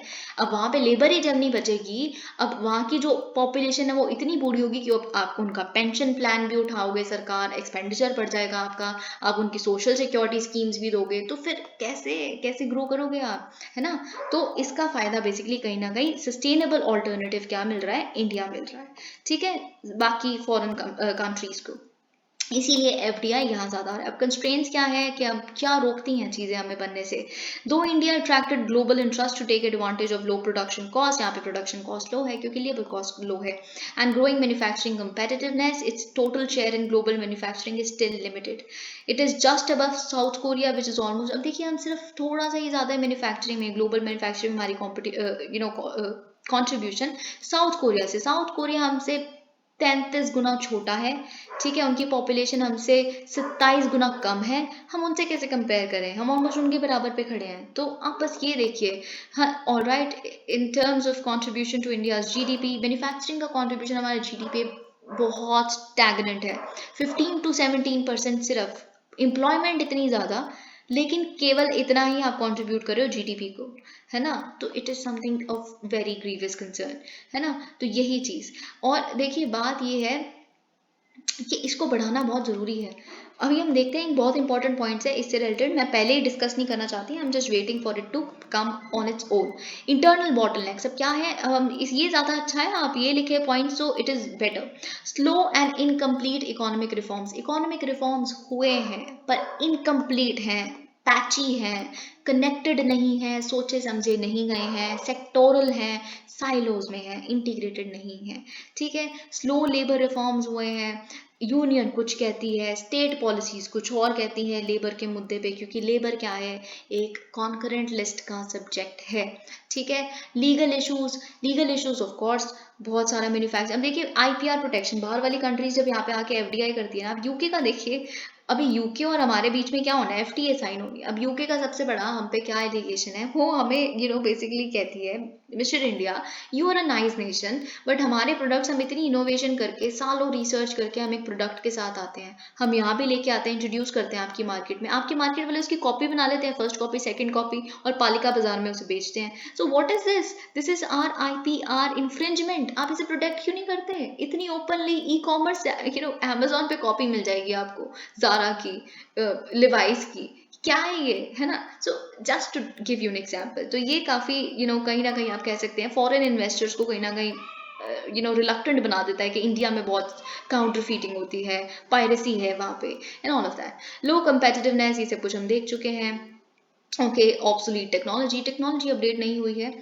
Poor capital access to formal capital is limited due to the large number of informal enterprises with poor financial records, lack of business plan। देखिए आपको capital, loans, इस तरह का जितना भी क्रेडिट है वो तब मिलेगा ना जब आपने पिछले जो लोन्स लिए उसको चुकाए हो, लेकिन आपने नहीं चुकाए, आपके रिकॉर्ड्स अच्छे नहीं है छोटी छोटी कंपनी से। देखिए इसमें उनकी गलती नहीं है, इसका भी बहुत एक आप कह सकते हैं कि स्ट्रेटेजिक रीजन है, स्ट्रक्चरल रीजन है, बट इस जगह पे आप बस यही देख सकते हैं कि बहुत सारी छोटी कंपनीज का एक बिजनेस प्लान नहीं है, एक कॉन्क्रीट, और कोई फाइनेंशियल रिकॉर्ड भी अच्छा नहीं है, जिस वजह से उनको कैपिटल फ्लो नहीं प्रॉपर मिल रहा। Skilled man power in India, only 4.69% workers are formally skilled as compare to 24% in China. देखिए यही अमर्त्य सेन, आपको पता है एक बहुत रिनाउंड स्कॉलर है, उनका यही कहना है कि वो चाइना को प्रेज क्यों करते हैं। देखिए चाइना से आपकी 100 दिक्कतें हो सकती हैं, पर अगर आप किसी देश से कुछ सीख सकते हैं तो सीखिए,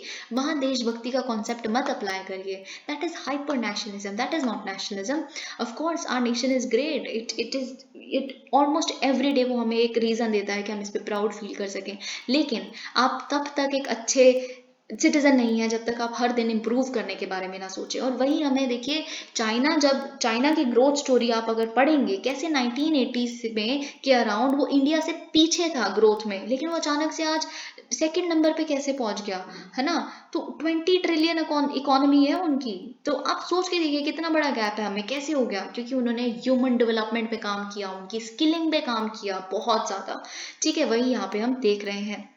Okay, lack of entrepreneurial economy or risk taking from the private sector due to little supporting ecosystem for high। अब देखिए बहुत सरकार की पॉलिसीज इतना सपोर्टिव नहीं दिखी हैं बहुत सारे स्टार्टअप्स को, है ना, इसीलिए बहुत जो entrepreneur जो है वो करने से डरते हैं इकोनॉमी, इस तरह की इनोवेशंस, क्योंकि उन्हें लगता है सपोर्ट नहीं मिलेगा, they would doom or something like that। external risk क्या है? cyclical slowdown in global markets leading to decline in fresh investments। and अब देखिए एक होता है, मैं आपको बताती हूँ, एक होता है cyclical slowdown और एक होता है स्ट्रक्चरल स्लोडाउन इन इकोनॉमी। अभी क्या चल रहा है? ग्लोबल सिक्लिकल स्लोडाउन चल रहा है। ग्लोबल सिक्लिकल क्या होता है? साइकिल जो हमेशा चलेगी, और हमेशा इकोनॉमी की साइकिल वही रहती है। मतलब कि आज ही देख लीजिए, मैं आज के ही समय से शुरू होती हूँ, ठीक है।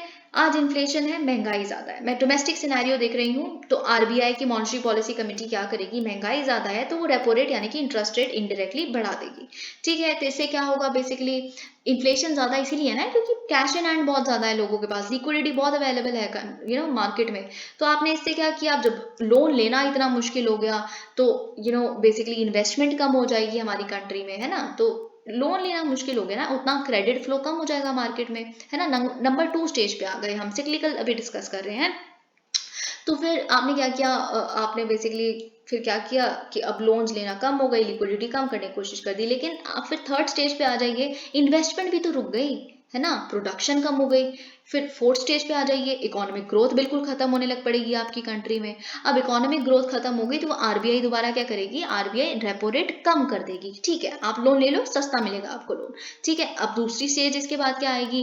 रेपो रेट कम कर दिया, फिर लोन ज्यादा लेंगे, फिर कैश इन हैंड ज्यादा हो गया, फिर उसके बाद आरबीआई को फिर आना पड़ेगा क्या करने? रेपो रेट बढ़ाने। तो ये सिक्लिकल है, ये होता ही है, इसमें आप कुछ नहीं कर सकते, ठीक है। It will happen. उसकी वजह से टाइम टू टाइम हमारी मैन्युफैक्चरिंग को रिस्क देखने पड़ते हैं, ठीक है। लेकिन वो एक होता है स्ट्रक्चरल, जो आप कह सकते हैं बॉटलनेक। स्ट्रक्चरल स्लोडाउन क्या होता है कि स्ट्रक्चर ही खराब है, ठीक है। वो इंफ्रास्ट्रक्चर की वजह से, मतलब इलेक्ट्रिसिटी है ही नहीं आपकी कंट्री में, उस डिस्ट्रिक्ट में जहां आप सपोज करिए एक प्रोडक्ट बनता है, तो इस वजह से तो नहीं हम प्रोड्यूस कर पा रहे ना जितनी क्वांटिटी डिमांड में है मार्केट में। तो उस स्ट्रक्चर को जब तक आप ठीक नहीं कर लेते तब तक नहीं इम्प्रूव हो पाएगा आपका ये, ठीक है। तो ये यहाँ पे बात की गई है। Slow progress on trade agreements. Trade agreements पे slow progress of course UK के साथ, यूएसए के साथ हमारा एकदम इंटरिम एग्रीमेंट भी साइन नहीं कर पाया हम आज तक। तो यही सारी चीजें। अब देखिए क्योंकि हमारा फ्री ट्रेड अग्रीमेंट साइन हो नहीं पा रहा बाकी देशों के साथ, तो बाकी देशों का जो आपस में हुआ है वो एक दूसरे में कॉन्ट्रैक्ट ट्रेड करते रहते हैं and they are flourishing. Vietnam देखिए आप कितना ज्यादा बढ़ चुका है, क्योंकि यूरोपियन यूनियन के साथ हमारा तो कोई एफटीए है नहीं, लेकिन वियतनाम का है ना। तो वो उसका फायदा उठा रहे हैं। तो इस जो वॉइड हमारी वजह से क्रिएट हुआ है उसे हमें ब्रिज करना चाहिए। Increasing spill over risk from geopolitical tension. आपको पता है रशिया यूक्रेन की वजह से वॉर, अगर हम यूएस चाइना में भी देखें जो टेंशन है, ताइवान क्राइसिस हो गया उसकी वजह से टेंशन हो सकती है, क्योंकि सप्लाई रुक गई है वहां से। अगर आप देखें नियॉन नहीं आ पा रहा, है ना, लिथियम नियॉन इस तरह के जितने भी इलेक्ट्रॉनिक कंपोनेंट्स के लिए वहां पे सप्लाई होती है, वहां से यूक्रेन से सप्लाई होती है, नहीं आ पा रही। तो ये बहुत दिक्कत है, यहाँ की मैन्युफैक्चरिंग सफर कर रही है। अगर यहाँ के मैन्युफैक्चरर्स कंप्लीटली उन्हीं पे निर्भर हो तो कैसे फिर सर्वाइव कर पाएंगे, है ना। तो वही चीज। Uncertain currency markets due to strengthening of dollar against. अब देखिए रूपी का डेप्रिसिएशन हो रहा है। अभी पहले क्या होता था, 70 रुपए अगर $1 खरीद सकता है तो 80 रुपए, आज तो 82 चल रहा है अराउंड, है ना। तो उससे क्या होगा? अगर आप फॉर एग्जाम्पल क्या करते हो, आप एग्जाम्पल एक मैन्युफैक्चरिंग कंपनी हो आप, अब आप क्या करते हो, आप अपनी मैन्युफैक्चरिंग तो करते हो लेकिन जो आप रॉ मटेरियल यूज करते हो बाहर से लाते हो किसी और देश से। अब क्या होगा, अब आप बाहर से कुछ ला रहे हो, आप उसको डॉलर में पे करोगे तो आपको ज्यादा डॉलर नहीं पे करने पड़ेंगे पिछले ही महीने के कंपैरिजन में या पिछले ही एक साल के कंपैरिजन में। तो फिर इससे क्या होगा? ये दिक्कत है बहुत बड़ी, ठीक है। तो यही सब कुछ यहाँ पे लिखा हुआ। वे फॉरवर्ड क्या होना चाहिए? There is definitely a potential कि हम ग्लोबल मैन्युफैक्चरिंग हब बन सकते हैं। हम देख सकते हैं टॉय इंडस्ट्री के केस में, हम देख सकते हैं आईफोन 14 के केस में, ओके। लेकिन policy harmonisation between centre and state government बहुत ज़रूरी है, बहुत बहुत ज़रूरी है। क्योंकि देखिए बेसिकली लीगल रिफॉर्म्स, अगर हम लेबर लॉज की बात करें तो दोनों के लॉज सेम होने चाहिए। अचानक से सेंटर आज कह रही है हम जी लेबर कोड लेके आए हैं, कल को यूपी उठ के कुछ और कर देती है, तो this is not exactly how you boost investor confidence, है ना। तो ये चीज, उन्हें ये नहीं पता लेबर को पे कितना करना होता है, अगर 150 दिन हो गए तो इतना कुछ उनको पर्क्स मिले, मतलब एग्जैक्टली आप फिक्स रखो ना। Improved coordination between government and private sector, ये भी बहुत इंपॉर्टेंट है। इनोवेशन, एंटरप्रेन्योरशिप, स्किलिंग इनिशिएटिव, या आप कैपेसिटी बिल्डिंग करिए। देखिए डेमोग्राफिक डिविडेंड आपको किसी ने गिफ्ट नहीं दिया, एक पॉपुलेशन डिविडेंड यानी कि जो प्रॉफिट ला के दे आपके लिए, फायदेमंद तब बनती है जब आप उन पे इन्वेस्ट करते हो, एडुकेशन के माध्यम से, हेल्थ के माध्यम से, स्किलिंग के माध्यम से। ओके, ये बहुत जरूरी है। हम देखिए हमें लगता है ये तो हर उसमें पॉइंट ही लिखना है बस, क्या होता है पता है नहीं, तो इस चीज को फील करिए, it is very important. Okay, so then you will understand कि इसका पॉइंट का सिग्निफिकेंस क्यों है, क्या है जो हर बार इस चीज को हर जगह लिखा जाता है। ओके, यही सारी चीजें यहाँ पे लिखी गई है। Regular review of scheme to track its progress, किस तरह की प्रोग्रेस है। Alright, domestic demand generation. Okay, multilateralism not very important, मतलब आप खुद पढ़ सकते हैं। Draft Indian telecommunication bill 2022, I think this is very important, even if ये बिल को रिवोक करने की बात की जा रही है, क्योंकि इसमें बहुत सारे क्लॉजेस ऐसे हैं जो बहुत सारे सेक्टर्स को नहीं समझ आ रहे, प्रोटेस्ट हो रहे हैं। देखते हैं इसका क्या रूप निकल के आता है, पर इसमें जो टर्म्स हैं, जो बेसिक चीजें हैं, अगर आपसे कंपेयर ही करने के लिए मांग लिया जाए कि अच्छा उस बिल में ऐसा क्या था, कुछ 6-7 पॉइंट लिखिए या 5 पॉइंट लिखिए, बताइए जो इतनी दिक्कत है सबको, है ना, तो आपको पता होना चाहिए। लेकिन उसके लिए थोड़ा सा ट्रिकी है इसे समझना। अब मिनिस्ट्री ऑफ कम्युनिकेशंस ने रिलीज की है ड्राफ्ट इंडियन टेलीकम्युनिकेशन बिल 2022 को। ठीक है, अब देखिए इससे पहले मैं कुछ और बताऊं, टेलीकम्युनिकेशंस क्या होता है, या फिर जिसे हम टेलीकॉम कहते हैं।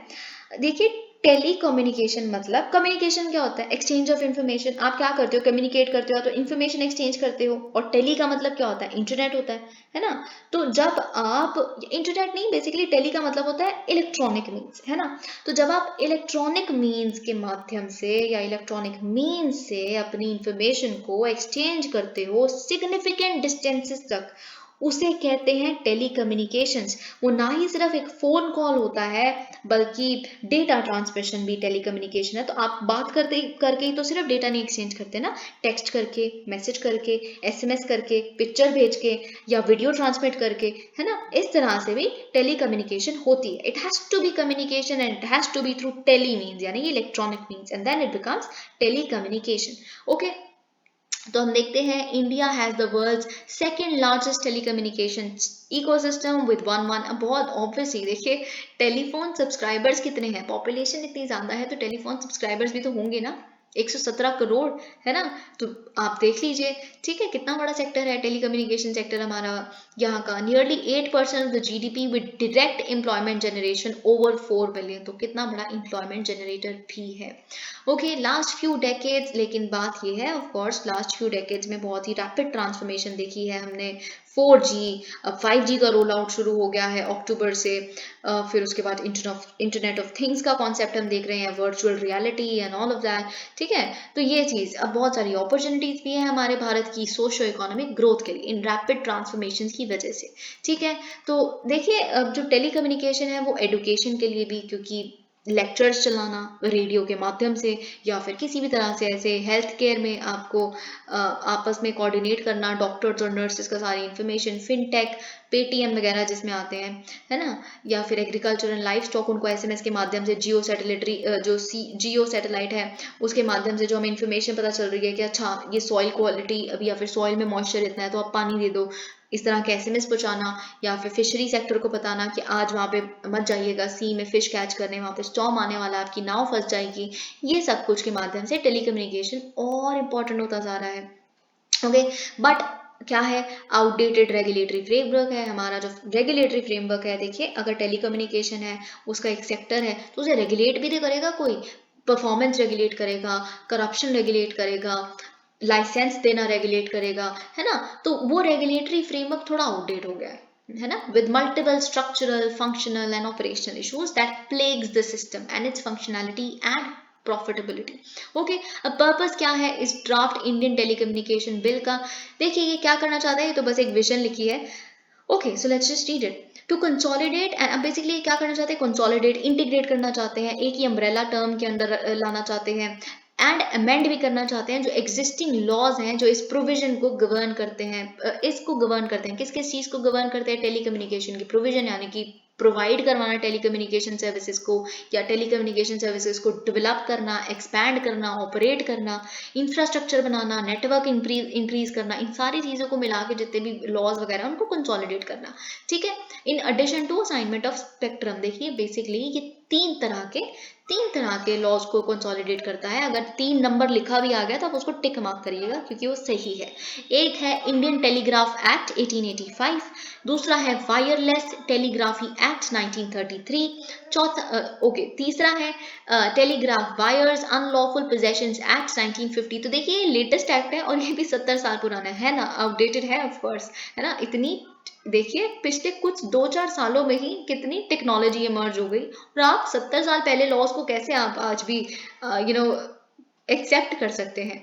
अब देखिए ये क्या अमेंड करेगा, तराई को अमेंड करेगा, तराई एक्ट को। अब देखिए अगर आपसे कोई पूछ ले कि telecom regulatory authority of India है वो क्या है, कॉन्स्टिट्यूशनल बॉडी है, एक्स्ट्रा जुडिशियल बॉडी है, क्या है, तो वो एक स्टैट्यूटरी बॉडी है, ये एक्ट के द्वारा बनाई गई है, ठीक है। तो बेसिकली अब यहाँ पे एक बड़ी दिक्कत वाली बात ये है कि ये जो ड्राफ्ट बिल है ये डाइल्यूट करता है sectoral watch dogs function of being a recommendatory body.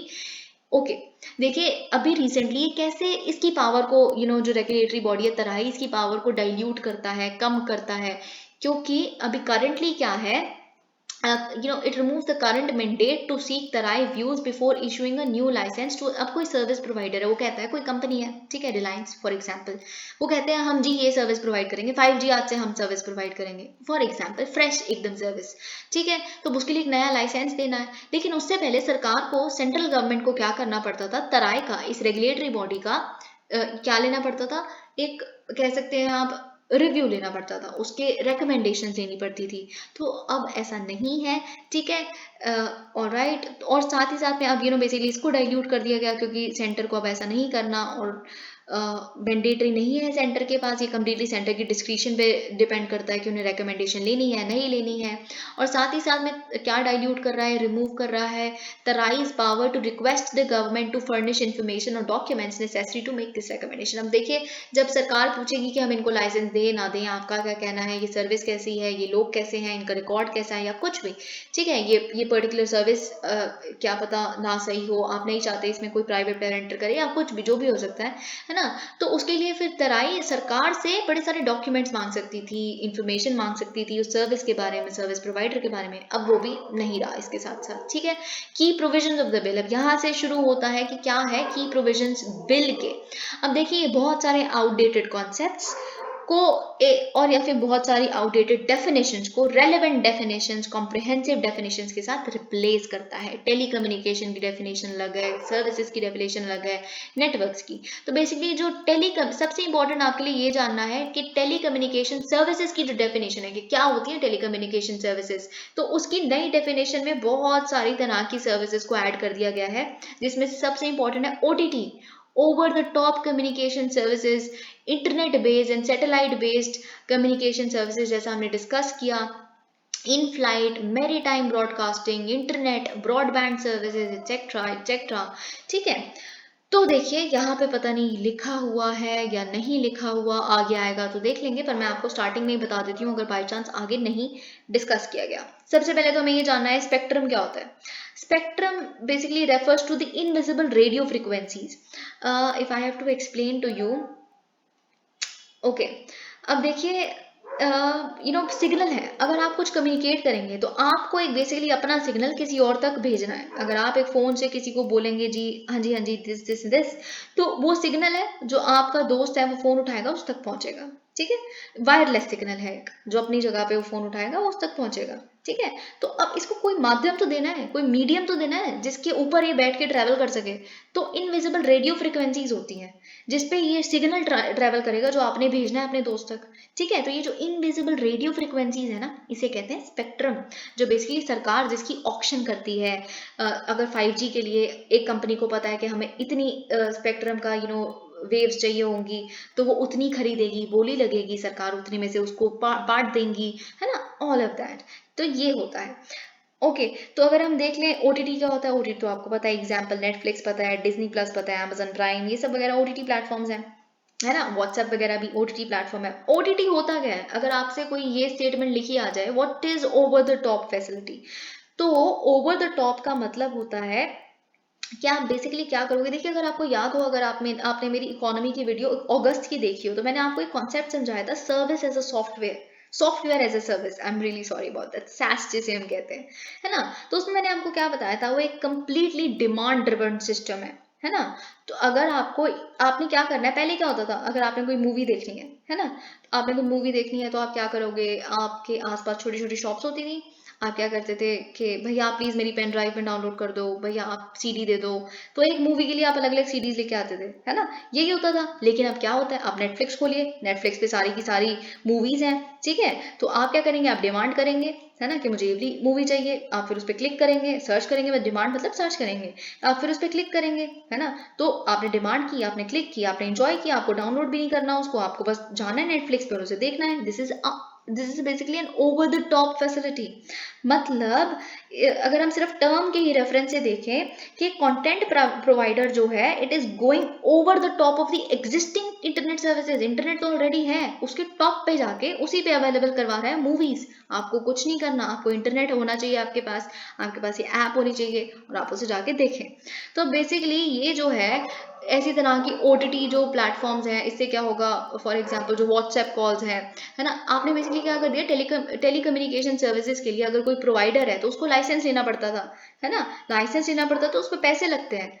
जैसे कोई अगर एयरटेल है, जियो है, कुछ भी है, कोई टेलीकम्युनिकेशन सर्विस 4G प्रोवाइड करना है तो उसके लिए एक लाइसेंस लगता है। तो वो व्हाट्सएप को नहीं देना, वो नेटफ्लिक्स को नहीं देना, क्योंकि ये तो इंटरनेट तो ऑलरेडी एयरटेल का आपके फोन में है या जियो का आपके फोन में है, तो उससे क्या मतलब है, तो आपने बस उसी इंटरनेट पे देखना है, तो इनको बड़ा फायदा होता था, इनको कोई लाइसेंस नहीं लेना पड़ता था, कुछ नहीं लेना पड़ता था। तो अब क्या होगा, अब ये क्योंकि टेलीकम्युनिकेशन सर्विसेज की डेफिनेशन में इंक्लूड हो गए, इनको लाइसेंस लेना पड़ेगा, सारे रेगुलेटरी मैकेनिज्म्स को फॉलो करना पड़ेगा, ठीक है। साथ ही में अगर हम अब क्या होने बहुत ज्यादा आशंका ये है कि व्हाट्सएप कॉल्स के लिए भी आपको पे करना पड़ेगा अलग से, इंटरनेट पैक तो डलवाओगे जो डलवाओगे, व्हाट्सएप कॉल के लिए भी पे करोगे, ठीक है, तो ये होगा इससे। Okay, it recognizes exclusive sectoral privilege of the central government and provides structure to exercise its privileges through the grant for licenses. अब देखिए एक्सक्लूसिव प्रिविलेज है किसके पास, इस सेक्टर पे, टेलीकॉम के सेक्टर में एक्सक्लूसिव प्रिविलेज, क्योंकि आपने तराई को भी डाइल्यूट कर दिया, तो किसके पास आ गई, केंद्रीय सरकार के पास। अब वही ग्रांट करेगी लाइसेंसेस, वही रजिस्ट्रेशन करेगी, आपकी ऑथराइजेशन भी आपकी करेगी कि कौन वायरलेस इक्विपमेंट पोजेस करेगा, कौन नहीं करेगा, स्पेक्ट्रम एलोकेट उन्होंने करना है, स्पेक्ट्रम यूटिलाइजेशन इफेक्टिव हो रही है कि नहीं उसे इंश्योर उन्होंने करना है ना। तो ये सब कुछ, और पावर किसके पास है, that if you have to say take back the spectrum from particular entity, then it is the central government. Okay, तो ये सब कुछ आप देख सकते हैं। Also it empowers the central government to set an alternate dispute resolution mechanism for dispute. This is something you can of course learn. I mean there's nothing much in it. Okay, अब एक और important चीज जो मुझे समझानी है वो ये है, robust right of way for telecommunication infrastructure with in the federal structure to obtain ROW in a uniform non-discriminatory manner. I will just read it first, फिर मैं आपको बताती हूँ क्या होता है। Current right of way rules 2016 suffer from multiple issues such as denial of access, non-uniformity, lack of center-state coordination, which limits rapid expansion of telecommunication infrastructure. क्या होता है राइट ऑफ वे, ROW? देखिए आप अगर देखिए अभी क्या हुआ था recently, basically faster 5G roll out के लिए बेसिकली इन रूल्स को अमेंड किया गया, इन 2016 के रूल्स को। राइट ऑफ वे क्या होता है, मैं आपको पहले ये बता दूं। राइट ऑफ वे है कि बेसिकली आप सपोज कीजिए कि जहां पे आपने एक टावर लगाना है फॉर एग्जांपल, ठीक है, अपने टेलीकॉम सर्विसेज के लिए एक टावर लगाना है कहीं पे, लेकिन अब आपकी तो प्रॉपर्टी नहीं है ना, रोड सरकार की प्रॉपर्टी है। तो जब आपको किसी और की प्रॉपर्टी को यूज करने के लिए एक ग्रांट मिलता है, परमिशन मिलती है, उसे कहते हैं राइट ऑफ वे। ठीक है। तो अभी जब 5G रोल आउट किया गया तो थोड़ा सा इन रूट को अमेंड किया गया थोड़ा।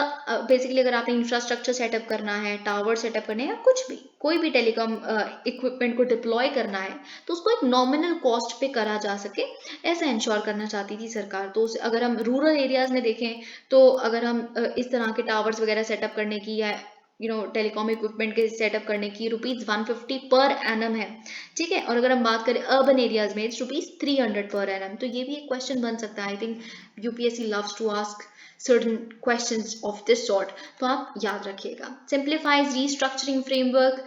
अब देखिए मर्जर हो सकता है टेलीकॉम किसी कंपनी का, डीमर्जर हो सकता है, कोई टूट सकते हैं, फूट डल सकती है, एक्विजिशन कोई बड़ी कंपनी छोटी कंपनी को खरीद सकती है, कोई और तरीके का रीस्ट्रक्चरिंग हो सकती है कंपनी का, है ना, जो कंपनीज एक्ट के तहत एक रीस्ट्रक्चरिंग कहलाती है। And informing the department of telecommunications as required. Simplify करता है इस पूरे रीस्ट्रक्चरिंग प्रोसेस को। अब इससे क्या है, सिंप्लीफिकेशन का मतलब यहाँ पे क्या लिखा है, in case of default payment by a licensee, registered entity or assignee identified by government as extraordinary circumstances, government can allow। अब देखिए यहाँ पे पता नहीं क्या क्या लिखा हुआ है, I will not go into that। मेरे को अब बहुत सारी चीजें आपको खुद से बतानी है, ठीक है। तो अब आप सुनिएगा बेसिकली कि क्या क्या चीजें आपको जाननी है। Okay, so it provides for a facility of refund as well. ये जो ड्राफ्ट बिल है, तो बेसिकली कि अगर सपोज कीजिए कि लाइसेंस आप एक इंटरनेट सर्विसेज प्रोवाइडर हैं, फॉर एग्जाम्पल आपको लाइसेंस मिला है, आपने अर्न किया है लाइसेंस, लेकिन आप सरेंडर कर देते हैं, आपका मनी नहीं है उसको कंटिन्यू करने का, आप सरकार को दे देते हैं, आप ये लो, आप अपना लाइसेंस ले लो, हम नहीं कंटिन्यू करना चाहते। अब आपको यहाँ पे रिफंड मिलेगा, कितना मिलेगा, पार्शियल मिलेगा, फुल मिलेगा, ये सरकार के डिस्क्रिप्शन पे डिपेंड करता है, ठीक है। तो ये रिफंड का प्रोविजन है इस बिल में, ठीक है। अब आता है डिफॉल्ट इन पेमेंट बाय लाइसेंसीज। अब आप सपोज कीजिए कि कोई सपोज कीजिए कि एक कंपनी है, उसने internet services provider, just take an example, अब वो पेमेंट नहीं कर पाया सरकार को, जो भी उसने ऑक्शन में स्पेक्ट्रम खरीदा उसके लिए उसने थोड़ा लोन लिया, या जो भी उसने थोड़ा बोला होगा कि हम इतने इतने टाइम में करेंगे, इतने इंस्टॉलमेंट्स में, या जो भी उसने पेमेंट पे डिफॉल्ट कर दिया, या फिर कोई एक्स्ट्राऑर्डिनरी सर्कमस्टांस हो गए, कोई फाइनेंशियल स्ट्रेस आ गया, consumer interest maintaining competition in the centre, बहुत सारी तरीके की चीज़ें, है ना, या फिर बहुत और भी कोई एक्स्ट्राऑर्डिनरी सर्कमस्टांसेस हो सकता है। गवर्नमेंट को ही लग सकता है कि देखिए हो सकता है कि ये अभी प्रॉफिटेबिलिटी ना लग रही हो इस पर्टिकुलर कंपनी को, लेकिन ये ना अच्छी है, ये चीज़ हमें कंट्री में करनी है क्योंकि society as a whole would grow, तो थोड़ा सा हम लॉस सह लेते हैं, इट इज़ ओके अगर उन्होंने डिफॉल्ट कर दिया, पेमेंट नहीं कर पाए, तो गवर्नमेंट क्या कर सकती है, government can defer the payment of such amounts, मतलब वो माफ कर सकती है, या फिर वो किसी भी उस पर्टिकुलर अमाउंट का कुछ सेक्शन शेयर्स में कन्वर्ट कर सकती है कि ठीक है आपकी कंपनी में थोड़े शेयर लेते हैं, आप पे मत करो, आपकी थोड़ी कंपनी में हम 10% शेयर ले लेंगे, is it okay to you, ठीक है, या फिर वो कंप्लीटली माफ कर सकती है, it depends. Okay, in case of insolvency, अब हम थोड़ा सा इंसॉल्वेंसी के बारे में भी अगर डिस्कस कर लें, आपको ये कुछ देखिए बात पता है क्या है कि सबसे ज़्यादा इंपॉर्टेंट मैटर जो है टैक्स रिलेटेड मैटर्स बन गए हैं आजकल, है ना, इनकम टैक्स रेड जो हो रही हैं और भी इस तरह की चीज़ें, तो इंसॉल्वेंसी का कॉन्सेप्ट भी बहुत इंपॉर्टेंट है आपके लिए। ओके, अगर बाई चांस एक कोई कंपनी है वो कंप्लीटली, यानी कि कोई service provider, telecom service provider, और कंप्लीटली बैंकरप्ट हो जाता है, ठीक है, उसके पास अब मतलब पैसा ही नहीं है पे बैक करने के लिए, प्रॉफिट नहीं है, कुछ नहीं है, ठीक है, बैंकरप्सी यानी कि इंसॉल्वेंसी हो गई, तो the spectrum assigned to an entity shall revert to government control, मतलब जो स्पेक्ट्रम उसको मिला था, इतनी वेव्स आपको हमने बेची, इतने इतने करोड़ में, इतने लाख करोड़ में, तो अब वो सारा स्पेक्ट्रम आप मुझे दे दो, ठीक है, वापस गवर्नमेंट कंट्रोल के पास आ गया। ओके, अब गवर्नमेंट डिसाइड करेगी कि उस बेसिकली गवर्नमेंट, देखिए ऐसा नहीं है कि बहुत बड़ी इंसॉल्वेंसी होने पे माफ भी कर सकती है, so it depends on the government, पर वैसे अगर माफ नहीं करेगी तो it would revert to governmental control. Okay, तो ये बात आपको पता होनी चाहिए। अब एक और चीज जो आपको पता होनी चाहिए, यहाँ पे भी लिखी है, if I am not wrong, yes it is here, telecommunication development fund, इसके बारे में बात की गई है। तो बेसिकली एक फंड ऑलरेडी एग्जिस्ट करता है, जैसे हम कहते हैं universal service obligation fund, USOF, ये बहुत इंपॉर्टेंट फंड है। ओके, इसको रीनेम कर दिया जाएगा टेलीकम्युनिकेशन डेवलपमेंट फंड, TDF, ठीक है। तो ये जो USO फंड था, इसको कैसे बनाया जाता था, जितने भी टेलीकॉम सर्विसेज प्रोवाइडर्स हैं उनके एनुअल रेवेन्यू से, ठीक है, उसमें से कुछ जनरेट करके वो इंक्लूड किया जाता था। और जो सम्स ऑफ मनी रिसीव किए जाते थे बेसिकली उसको यूज़ किस लिए करते थे, बहुत सारी और पर्पसेस के लिए। अगर हम यहाँ पढ़े, return here if I am not wrong. Okay, so USOF current objective is to provide access to telegraph services including mobile services, broadband connectivity improve करने के लिए सरकार उसे यूज करती थी, ICT infrastructure creation in rural and remote areas। अभी ये होता था, है ना। अभी लेकिन क्या होगा, ये TDF बन गया है। अब क्या होगा, जितना भी सम इसमें रिसीव होगा, है ना, टेलीकॉम सर्विसेज प्रोवाइडर्स के कुछ कुछ रेवेन्यू में से, अब ये सारा पैसा कहाँ जाएगा, सरकार के पास। TDF क्या होगा, उसका पैसा होगा कंसोलिडेटेड फंड ऑफ इंडिया में, ठीक है। तो उसको यूटिलाइज किस लिए किया जाएगा, इस फंड को यूटिलाइज किया जाएगा कि आप रिमोट, अगेन पर्पस वही है, undeserved rural areas, remote areas, या फिर अनडिजर्व्ड अर्बन एरियाज में, या फिर किसी रिसर्च और डेवलपमेंट में, ताकि किसी नई तरह का एक इनोवेशन हो सके टेलीकम्युनिकेशन सेक्टर में, या स्किल डेवलपमेंट, इस तरह की चीज़ों के लिए यूज किया जाएगा। ओके, पोटेंशियल बेनिफिट्स क्या होंगे इस बिल के, aligns Indian communication standards with international standards and best practices, broadens telecom services providers definition, WhatsApp ये सब को हम देख चुके हैं, टेलीग्राम भी अंडर आ जाएगा, गूगल मीट, ठीक है, जूम कॉल, सब कुछ। स्टॉप्स, अब ये इंपॉर्टेंट है, यहाँ पे नहीं लिखा पर मैं आपको बता देती हूँ। स्टॉप्स हर, ये आपने, अगर आप थोड़े से भी फॉलोअर है ना न्यूज़पेपर्स के, या जनरली भी अवेयर है, तो आपको ये बात पता है। It stops harassment from spam calls and frauds by communicating identity और name of the caller to the receiver. यानी कि अब मिस्टर मोदी ने क्या कहा था अपनी एड्रेस में, कि अगर बाई चांस आपको व्हाट्सएप पे भी किसी अननोन का कॉल आ गया, देखिए अब वैसे जब अब कॉल पे नाम तो आ जाता है, ट्रू कॉलर अगर आपने इंस्टॉल किया है, जैसे भी स्पैम कॉल है, फ्रॉड है ना, ये आपको पता चल जाता था कि आप हरास ना हो तो आप उसे काट देते हैं, या ऑलरेडी ऑटोमेटिक ब्लॉक पे डाल सकते हैं। अभी व्हाट्सएप पे नहीं आता है ना, तो व्हाट्सएप पे भी अब आपको, अगर आपने वो नंबर सेव नहीं है, कोई अननोन नंबर है, तो उसका नाम आएगा, आइडेंटिटी आएगी, ठीक है, ताकि आप हरास ना हो, ये चीज़। अब जब OTT को रख ही दिया आपने, तो अच्छी बात है ना, तो साइबर सिक्योरिटी भी आएगी साथ में, जो टेलीकॉम सर्विसेज में अवेलेबल की जाएगी। Increased legal certainty on spectrum management, all right, ease of doing business, issues associated with bill, increased government control, ये बात आपको पता है। ये सब कुछ जुडिशियल ओवरसाइट के बारे में कुछ नहीं लिखा, सोल होल सब कुछ, केंद्रीय सरकार बन गई, कोई सेफ गार्ड नहीं है, moves away from international practice on regulatory independence, मतलब आपने डाइल्यूट ही कर दिया तरह की पावर्स को, तो ऐसे कैसे हो सकता है ना, सरकार ही है सब कुछ, कॉन्फ्लिक्ट ऑफ इंटरेस्ट आ गया सरकार का। तो ये सारी बहुत बातें हैं, लेकिन हम कुछ यहाँ देख लेते हैं, कुछ मिस तो नहीं हो रहा। Standards, public safety and national security, it empower central government to prescribe standards for quality, क्या होनी चाहिए टेलीकॉम सर्विस का स्टैंडर्ड, क्या होना चाहिए, बेंचमार्क क्या होना चाहिए, okay, and provide framework to ensure public safety and address situations of public emergency, not anything very. अब ये इंपॉर्टेंट है, मुझे आपको ये समझाना है, आई होप, बाकी तो आप खुद समझ लेंगे, इतना कुछ है भी नहीं यहाँ पे, पर ये मुझे लगता है कि आपको पता होना चाहिए। Innovation and Technology Development provides the framework for a regulatory sandbox to facilitate innovation and technological development in telecommunication। अब देखिए रेगुलेटरी सैंडबॉक्स का मतलब क्या होता है, तो बेसिकली आप समझिए कि सैंडबॉक्स क्या है, what is the concept of sandbox, अभी हम देख लेते हैं। अगर कोई इनोवेटिव प्रोडक्ट है, या फिर कोई इनोवेटिव सर्विस है ना, उसको अगर हमने लॉन्च करना है, लेकिन हमें पता नहीं है कि उस पर्टिकुलर प्रोडक्ट या उस पर्टिकुलर सर्विस का क्या इम्पैक्ट होगा, है ना, सोसाइटी पे, क्या एक्सेप्टेबिलिटी होगी उसकी, हमें पता ही नहीं है एग्जैक्टली। तो हम क्या करेंगे, जो बेसिकली रेगुलेटर्स हैं, है ना, वो एक सैंडबॉक्स प्रोवाइड करेंगे, एक रेगुलेटरी सैंडबॉक्स, है ना। It is a framework where basically innovations by companies और firms are tested live in a controlled environment, ठीक है। तो एक कंट्रोल्ड एनवायरनमेंट में, पायलट बेसिस पे, एकदम देख रेख में, निगरानी में आप उसे लॉन्च करेंगे, क्या इम्पैक्ट आ रहा है उसको नोट करेंगे, सब कुछ, ताकि बेसिकली इनोवेशन को और प्रमोट किया जा सके, नॉर्म्स डेवलप कर सकें, अच्छा अब ये एलिजिबल है, इस तरह की चीज़ें। तो है ना, पहले आप उसे पायलट बेसिस पे लेके आइए, तभी तो आप रिसर्च डेवलपमेंट और ज़्यादा फ्लरिश करवा पाएंगे। यहाँ पे वही चीज़ें लिखी है, offences it consolidates and updates penalties and offences under the existing law with heavy fines for a small set of critical offences only. अब देखिए कुछ ही स्पेसिफिक क्रिटिकल ऑफेंसेज के लिए बहुत हैवी फाइन्स रखे गए हैं, ऑलमोस्ट थोड़ा सा आप कह सकते हैं लिबरलाइज कर दिया गया है रिजीम को, बहुत ज़्यादा पेनल्टीज नहीं है। ग्रेडेशन ऑफ सर्टन पेनल्टीज, कई क्राइम्स को डीक्रिमिनलाइज भी कर दिया गया है, किसी तरह की एकदम बेफिजूल की पेनल्टीज को रिमूव भी कर दिया गया है। ओके, ये सब कुछ आप देख सकते हैं, frameworks to protect users from cyber fraud, ये भी हम सब कुछ देख चुके हैं, so nothing much is left here. Okay, India's forex dynamics. Now this is something very important. I would suggest कि आप ये जो है सर्कल, ये पाई चार्ट, इसको completely अच्छे से याद करें. ठीक है, याद मतलब क्या, ये तो याद हो ही जाएगा, एक थोड़ा भी आपको अंदाजा रहेगा तो.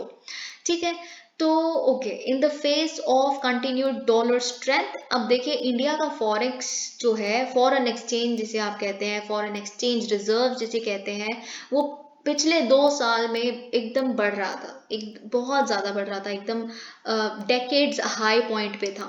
लेकिन अभी क्या हुआ है, अचानक से वो गिर गया है to $532.66 billion. Okay, foreign exchange reserves, its composition and management. क्या है foreign exchange reserve, what is forex? Okay, it is also known as forex reserves, are assets held on reserve by a central bank in foreign currencies. Okay, I will explain it to you.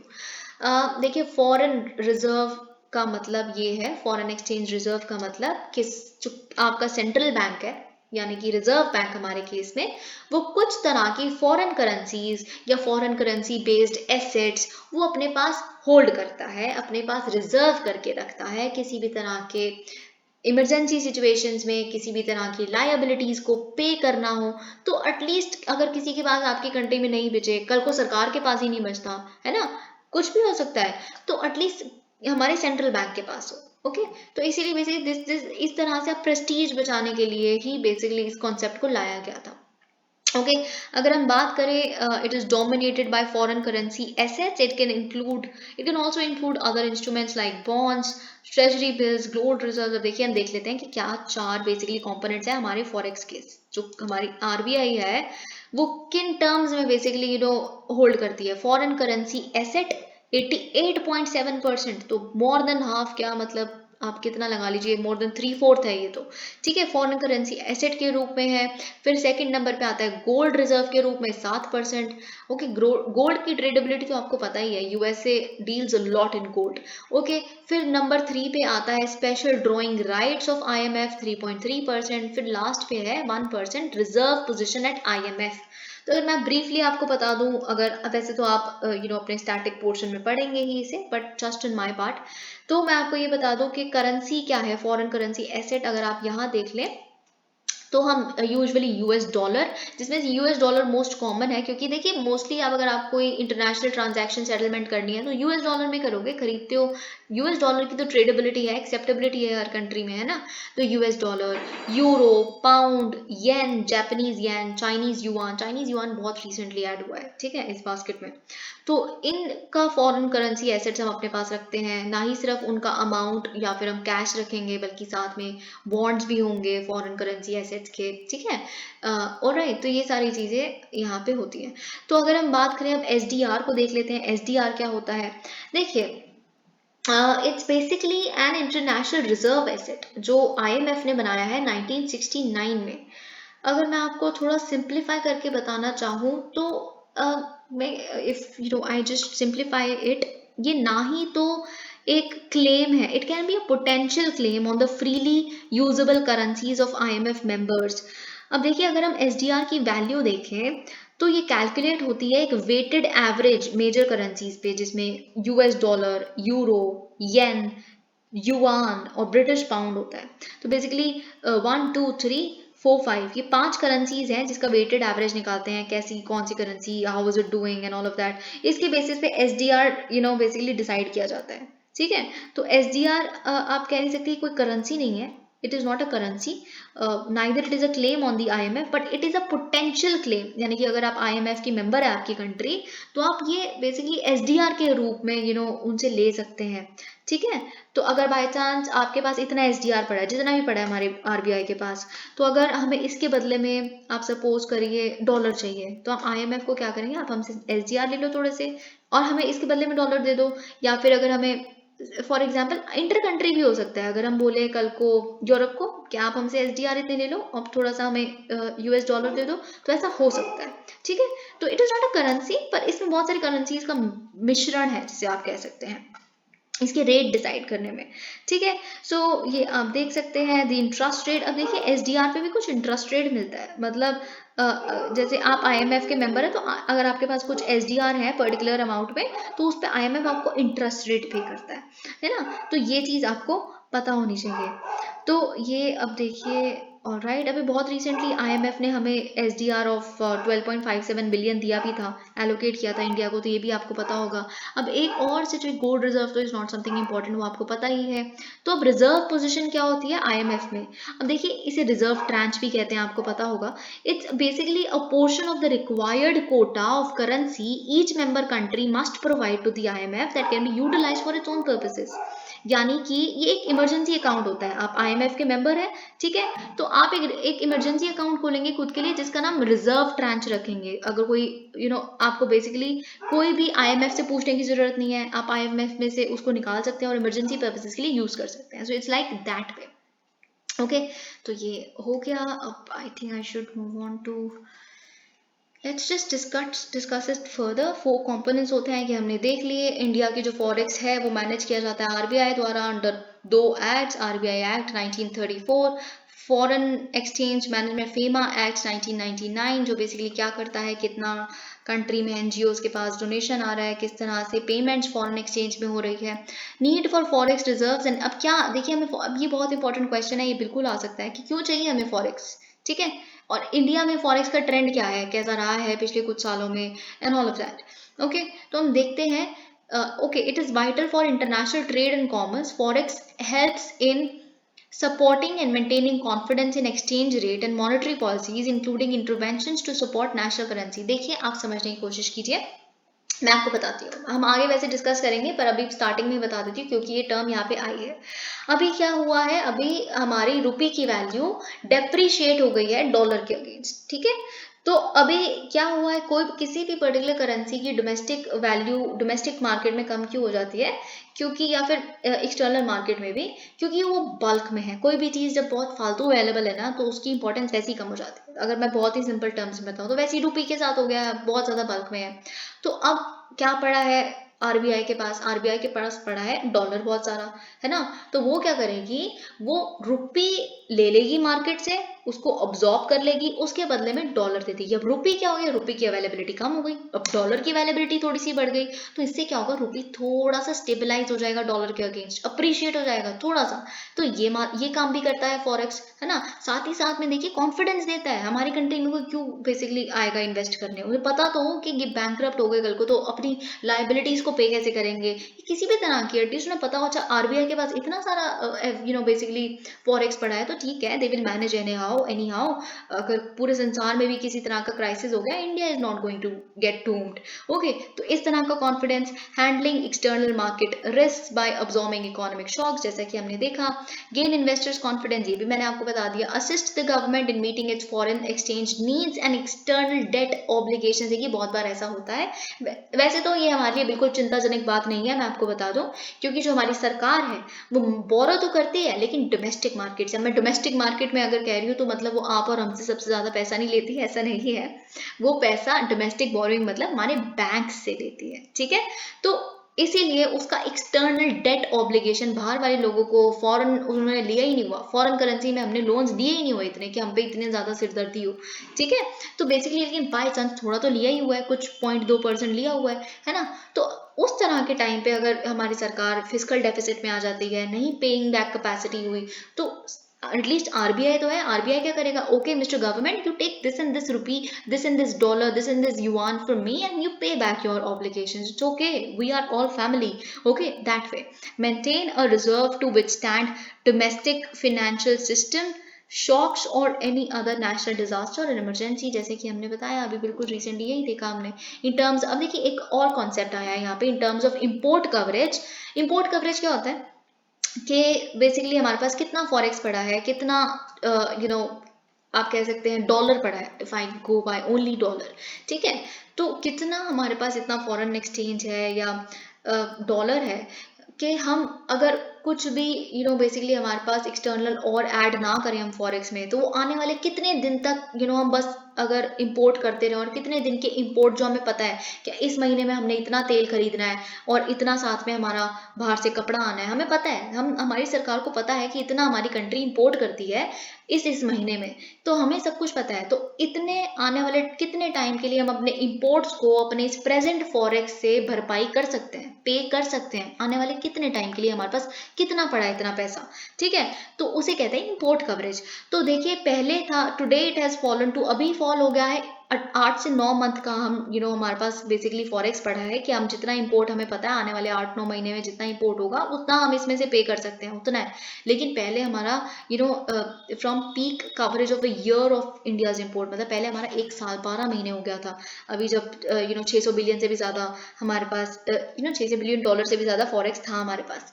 Reason, अब reason क्या है क्यों forex fall हो रहा है, okay. तो हम देख लेते हैं decline in foreign currency asset, सबसे बड़ा रीजन यही है। आरबीआई का ये कहना है फॉरेन करेंसी एसेट्स उनका डिक्लाइन देख रहे हैं हम, क्योंकि देखिए बात क्या है, डॉलर को छोड़ दीजिए, है ना, डॉलर के अगेंस्ट बाकी करेंसीज जो पड़ी हैं, युआन, पाउंड, ये सारी डेप्रिशिएट कर रही है ना, डॉलर के अगेंस्ट। तो हमारे पास तो सारे ही है ना, सबका बास्केट है, एसडीआर में सबका वेट होगा उसमें इंक्लूड।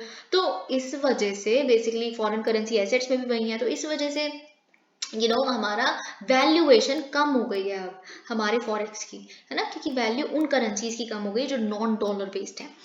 ओके, तो ये आप देख सकते हैं। ऑलराइट, डॉलर इंडेक्स आपको पता है, ये सब कुछ हम रोज डेली न्यूज़पेपर एनालिसिस में कवर कर रहे हैं। RBI forex interventions to curb excessive volatility of Indian, देखिए बात क्या है, मैंने आपको भी रिसेंटली क्या बताया था कि जब अब रुपी डेप्रिशिएट हो रही है तो आरबीआई ने क्या किया, डॉलर मार्केट में दे दिया और रुपी सक कर लिया ताकि रुपी की अवेलेबिलिटी कम हो जाए, डेप्रिशिएशन बहुत ज्यादा ना हो। अब लेकिन आपने डॉलर भी तो अपने पास से दे दिया, तो आपके फॉरेक्स में डॉलर तो गया, फॉरेक्स कम हो गया। तो यही चीज, ठीक है। हाई कैपिटल आउटफ्लो, इसके साथ साथ आप देख रहे हैं अब यूएसए ने क्या किया है, यूएस के फेडरल रिजर्व ने बहुत सारा इंटरेस्ट रेट बढ़ा दिया है, क्योंकि वहां पे महंगाई बहुत ज्यादा है ना, यही होता है ना, जब महंगाई इन्फ्लेशन बहुत ज्यादा होती है तो इंटरेस्ट रेट हर कंट्री का बैंक जो है, सेंट्रल बैंक, वो बढ़ाने लग पड़ता है। वही उन्होंने भी किया है, वहां पे 10% से ज्यादा इन्फ्लेशन चल रही है। तो अब इन्फ्लेशन पे आपने चलो इंटरेस्ट रेट तो बढ़ा दिया, लेकिन इंटरेस्ट रेट सबके लिए बढ़ा है ना, वहां पे कोई इन्वेस्ट करेगा तो उसको भी इन्वेस्टमेंट पे इंटरेस्ट रेट ज्यादा मिलेगा। तो हमारी कंट्री से बेसिकली जो इन्वेस्टर्स हैं वो अपनी विड्रॉ कर करके ऐसी वेस्टर्न कंट्रीज में जा रहे हैं, यानी कि जहाँ पे इन्फ्लेशन बहुत ज्यादा है और जहाँ पे इंटरेस्ट रेट उन्हें ज्यादा मिल रहा है। तो इस वजह से भी जो एफडीआई आती है या एफपीआई आता है, पोर्टफोलियो इन्वेस्टमेंट, बॉन्ड्स में, कैसे भी जो फॉरेन एक्सचेंज बाहर से आता है वो थोड़ा जा रहा है वापस, ठीक है। Weak global outlook, geopolitical risk हैं, ग्लोबल कमोडिटी प्राइसेस बहुत ज़्यादा बढ़ गए हैं। आप ऑयल प्राइसेस देखिए, और ऑयल हम 85% तो अपना ऑयल बाहर से इंपोर्ट करते हैं। वैसे हमारे लिए तो ये इतना बड़ी दिक्कत नहीं आई थी, ये रशिया से हमने बहुत सारा ऑयल चीप में लिया है, पर अभी पूरे टाइम तो हम निर्भर नहीं रह सकते। इराक से, सऊदी अरेबिया से, है ना, इनसे लेते हैं। Lag from RBI in comparison to other, देखिए बहुत अभी क्या है, महंगाई तो हमारे यहाँ भी है, 7.2% महंगाई है ना हमारे यहाँ पे। तो अभी अब जाके फाइनली आरबीआई ने इन्फ्लेशन को कंट्रोल करने के लिए रेपो रेट बढ़ाया, तो आप लेकिन लेट हो गए। अक्टूबर 2021 से हमें ये आज की मैंने वीडियो जो की है न्यूज़पेपर एनालिसिस, उसमें भी ये डिस्कस किया है कि अक्टूबर 2021 से आरबीआई को पता है, हर बार हर मॉनेटरी पॉलिसी कमेटी की मीटिंग में ये चीज़ डिस्कस हुई है, इन्फ्लेशन बढ़ रही है, इन्फ्लेशन बढ़ रही है, रेपो रेट हमें इंक्रीज करना चाहिए, लेकिन हमने नहीं किया, और इस वजह से हम पीछे रह गए। हमारे बहुत सारा यहाँ पे इंटरेस्ट उतना ही मिल रहा था, बहुत सारे कैपिटल आउटफ्लो भी हो गई, है ना। So all of that potential impact, अब इम्पैक्ट क्या होगा, फॉल हो रहे हैं, रुपी डेप्रिसिएशन होगी, risk of rating downgrade, of course जब हमारे यहाँ पे इतना ज़्यादा फॉरेक्स नहीं होगा। वैसे तो सॉवरेन क्रेडिट रेटिंग से इतना ज़्यादा फर्क नहीं पड़ेगी क्योंकि हर कंट्री में ऐसा हो रहा है, ठीक है। तो बात ये है, लेकिन सॉवरेन क्रेडिट रेटिंग्स क्या होती हैं कि हमारे पर्टिकुलर कंट्री में इन्वेस्टमेंट कितनी लुक्रेटिव है, तो उसको बेसिकली बड़ी बड़ी एजेंसीज हैं जो कहती है अच्छा इस कंट्री में इतना है, इस अब जैसे पाकिस्तान को एफएटीएफ पे रखा हुआ था क्योंकि वो टेररिस्ट फंडिंग करती है, तो उनकी रेटिंग बहुत कम थी, तो वहां पे कोई इन्वेस्ट ही नहीं करता, वहां की इकोनॉमी बर्बाद हो गई। अब वो उन्होंने बेल आउट पैकेज लिया हुआ है आईएमएफ से, है ना। तो अभी लेकिन अब सॉवरेन क्रेडिट रेटिंग्स डिपेंड करती है। अब देखिए आपके पास फॉरेक्स इतना ज्यादा नहीं है तो आपको बुरी फॉरेक्स रेटिंग मिल सॉवरेन क्रेडिट रेटिंग्स मिल सकती है, जिससे आपकी कंट्री में इन्वेस्टमेंट कम हो सकती है। देखिए इतना होने नहीं वाला वैसे कुछ, क्योंकि ग्लोबल सिनेरियो बहुत ही डिम है इस समय। Reduced capital outflow inflow, obviously capital inflow भी रिड्यूस हो जाएगा, increase vulnerability to economic risk. अब देखिए कोई भी इकोनॉमिक रिस्क आएगा आपके पास उसका क्वेश्चन अवेलेबल नहीं है क्योंकि आपको फॉरेक्स कम हो गया है, कल को कुछ इमरजेंसी आ जाती है तो अब कम अवेलेबल है आपके पास। ओके, अब देखिए हम अपने नेबर्स को भी हेल्प नहीं कर सकते, श्रीलंका फॉर एग्जाम्पल नीड्स अस, बस of course we have done enough for them. कोई और नेबर है, कैसे हम उनको हम देखिए स्वैप अरेंजमेंट्स करते हैं। देखिए फॉर एग्जाम्पल अगर जैसे श्रीलंका और इंडिया की बात करें, जो हमारा आरबीआई है वो श्रीलंका के सेंट्रल बैंक के साथ स्वैप अरेंजमेंट्स करता है। जैसे वो क्या करेंगे, वो हमें श्रीलंकन रुपी दे देंगे कुछ समय के लिए और हम उनको डॉलर दे देंगे। तो और कुछ समय में हमें वो अपना डॉलर हमारा जो हमने उनको स्वैप किया है वो हमें लौटा देंगे और उनकी श्रीलंकन रुपी वापस कर देंगे। तो देखिए हमारे पास जब डॉलर ही नहीं है तो अपने लेबर्स को हेल्प कहाँ करेंगे, है ना, ये दिक्कत। ठीक है, तो अभी चाइना करता रहता है ना, लेकिन फिर चाइना इनरोड्स ले लेगा, फिर एक जियोपॉलिटिकल एंगल भी बन गया, इंटरनेशनल रिलेशंस एंगल भी बन गया and all of that. Winners and losers of rupee depreciation, देखिए ये बहुत आपको, मुझे लगता है ये बात हम बहुत बार डिस्कस कर चुके हैं। जब रुपी का डेप्रिसिएशन होता है तो एक तरह का सेक्शन फायदे में होता है और एक तरह का सेक्शन नुकसान में होता है, लेकिन इस बार जो फायदे में होता है वो भी फायदा नहीं उठा पा रहा, वो मैं बताऊंगी आपको क्यों। देखिए जब करेंसी डेप्रिशिएट होती है, जैसे मैंने पहले आपको बताया, पहले 70 रुपये एक डॉलर बनाता था और अब 80 रुपये भी नहीं बनाता, 82 रुपीज पर डॉलर हो गया है अराउंड। तो अभी क्या है, जो एक्सपोर्टर्स है, आप हो एक एक्सपोर्टर, ठीक है, आप बाहर एक्सपोर्ट करते हो कुछ ड्रिंक्स, तो अब आपको, अगर आपकी एक ड्रिंक फॉर एग्जाम्पल $1 की थी, तो जब आप उसे बाहर बेचते हो तो आपको क्या करना है, आपकी कंपनी तो यही है ना, तो आप अपनी कंपनी को एनहांस करोगे तो उसमें रुपी में तो खर्च लगाओगे, यहाँ पे डॉलर थोड़ा चलता है। तो आपको $1 के लिए पहले 70 मिलता था, अब 80 मिलता है, तो आप फायदे में नहीं हुए, है ना, आप अपना बिजनेस एक्सपैंड करोगे, आपका लाइवलीहुड लेविश हो जाएगा, पहले से बढ़िया आपका इनकम बढ़ जाएगी एंड ऑल ऑफ दैट। तो एक्सपोर्टर्स हमेशा बेनिफिट में रहते हैं और इम्पोर्टर्स घाटे में। क्यों? क्योंकि अगर आपको कुछ इंपोर्ट करना है बाहर से, पहले आप उसके लिए 70 रुपये दे रहे थे, अब 80 रुपये दे रहे हो, तो आप यहाँ का अपना बिजनेस एक्सपैंड नहीं कर पाओगे, ग्रोथ कम हो जाएगी, बहुत सारी दिक्कतें। ठीक है, तो वही ये चीज बताई गई है। Okay, it hurts companies with foreign loans in dollars, बहुत सारी कंपनीज अगर जिन्होंने एक्सटर्नल कमर्शियल बोरिंग्स की हुई है या लोन लिया हुआ है बाहर या डॉलर्स में, तो उनको पे बैक किस में करना है, डॉलर में पे बैक करना है। अब डॉलर तो महंगा हो गया है, कैसे पे बैक करोगे आप, है ना। सो ऑल ऑफ दैट, मतलब इन द सेंस डॉलर में आपने लोन लिया हुआ है लेकिन उसको अगर रुपी में पे बैक करोगे तो अब ज्यादा रुपी देने पड़ेंगे पहले से डॉलर के कंपैरिजन में। इन terms of sectors provided the demand stage, अब देखिए विनर्स हो सकते हैं कौन कौन से जो एक्सपोर्टर्स हैं, इंफॉर्मेशन टेक्नोलॉजी, टी और गारमेंट्स। ऑफ कोर्स डिमांड तो इतनी रहनी चाहिए ना, पर बात ये है बाहर वाले तो डिमांड, अब देखिए मैंने आपको कहा था जो सेक्टर फायदे में रहता है इस बार वो भी सेक्टर फायदे में नहीं है। वो कौन सा सेक्टर है, वो एक्सपोर्ट सेक्टर है, क्योंकि बाहर डिमांड ही नहीं है, बाहर इन्फ्लेशन इतनी ज्यादा, लोगों के पास पैसा ही नहीं है, वहां तो रिसेशन ऑलमोस्ट आ ही जाएगा, है ना। तो इस पहली बार ऐसा है कि हमारी कंट्री के जो एक्सपोर्टर्स हैं वो बेनिफिट नहीं उठा पा रहे, इतनी बड़ी वॉर चल रही है, बहुत सारी दिक्कतें हैं। ठीक है, तो ये चीज, sectors stand to lose include, बहुत सारे सेक्टर्स जो स्टैंड टू लूज हैं, ये सब कुछ मतलब बहुत इतना इंपॉर्टेंट नहीं है, तो बहुत जेनरिक हो गया। स्ट्रेंथनिंग स्टेट फिनेंसेस, अब देखिए फ्रीबीज यानी कि रेवड़ी कल्चर का डिबेट चल रहा है, तो फिजिकल फेडरलिज्म डिस्कस करना बनता है। ठीक है, अब देखिए कॉन्स्टिट्यूशन ऑफ इंडिया फॉलो करता है फिजिकल फेडरलिज्म। जब फेडरलिज्म फॉलो करता है कि एक होगी केंद्रीय सरकार, एक होगी हमारी स्टेट गवर्नमेंट, है ना, तो फिर फेडरलिज्म यानी कि फिजिकल यानी कि मॉनेटरी टर्म्स में, पैसे में, रेवेन्यूज में, उसमें भी तो फेडरलिज्म होगा। एक होगा केंद्रीय सरकार के पास बजट, एक होगा बजट होगा किसका, स्टेट गवर्नमेंट्स, एक हो गए रेवेन्यूज इनके, दूसरे उनके। ठीक है, और अब हम देखते हैं बेसिकली क्या लिखा है यहाँ पे, फिजिकल इक्विवेलेंसी, कॉन्स्टिट्यूशन किन किन बातों की बात करता है हम देख लेते हैं। ओके, फिजिकल इक्विवेलेंसी मतलब separation of जूरिसडिक्शन for each public service. अब देखिए 7th शेड्यूल आपको पता है, जो यूनियन लिस्ट, कॉन्करेंट लिस्ट और स्टेट लिस्ट के बारे में बात करता है, तो अब उसमें उन्होंने बताया हुआ है कि अच्छा ये सेक्टर ऐसा है जो स्टेट के पास आता है, तो उसमें अब सेक्टर आपके पास है तो रिस्पॉन्सिबिलिटी तो आपके पास है, आप ही उसके लिए पैसा खर्च करोगे ना, है ना, तो उसके लिए रेवेन्यू भी तो इकट्ठा करना है। तो वही चीज है ना, जैसे कि आप देख सकते हैं स्टेट लिस्ट में एग्रीकल्चर आता है, पावर आता है, हेल्थ, सोशल वेलफेयर, है ना, ऑल ऑफ दैट। तो इसके लिए रिस्पॉन्सिबिलिटी भी आपके पास है। आप ऑब्वियसली जब आपको संविधान ने ये सेक्टर दिए हैं तो टैक्सेशन पावर्स भी तो दी हैं, रिसोर्स भी तो लोगे आप, अपना रेवेन्यू भी तो बेसिकली जनरेट करोगे, इन पे खर्च करने के लिए कहाँ से करेगी, कोई पैदा तो वही नहीं है सरकार लेके, वही पीढ़ी दर पीढ़ी चलता आ रहा है, तो वही। ठीक है, प्रिंसिपल ऑफ सच, अब मतलब ऐसा है कि अगर केंद्रीय सरकार टैक्स लेती है, तो ये भी अपने बेसिक सेक्टर्स के लिए, एरियाज के लिए टैक्स लेते हैं। प्रिंसिपल ऑफ सब्सिडियरिटी, अब देखिए बहुत इंपॉर्टेंट प्रिंसिपल है, हमेशा इसको जरूर मेंशन कीजिएगा डेमोक्रेसी में, डेवोल्यूशन के कॉन्सेप्ट में and all of that. Subsidiarity क्या होता है, मैं आपको बहुत सिंपल टर्म से बताती हूँ, बहुत बहुत ही एक्चुअल में इट शुड बी अधेर्ड टू।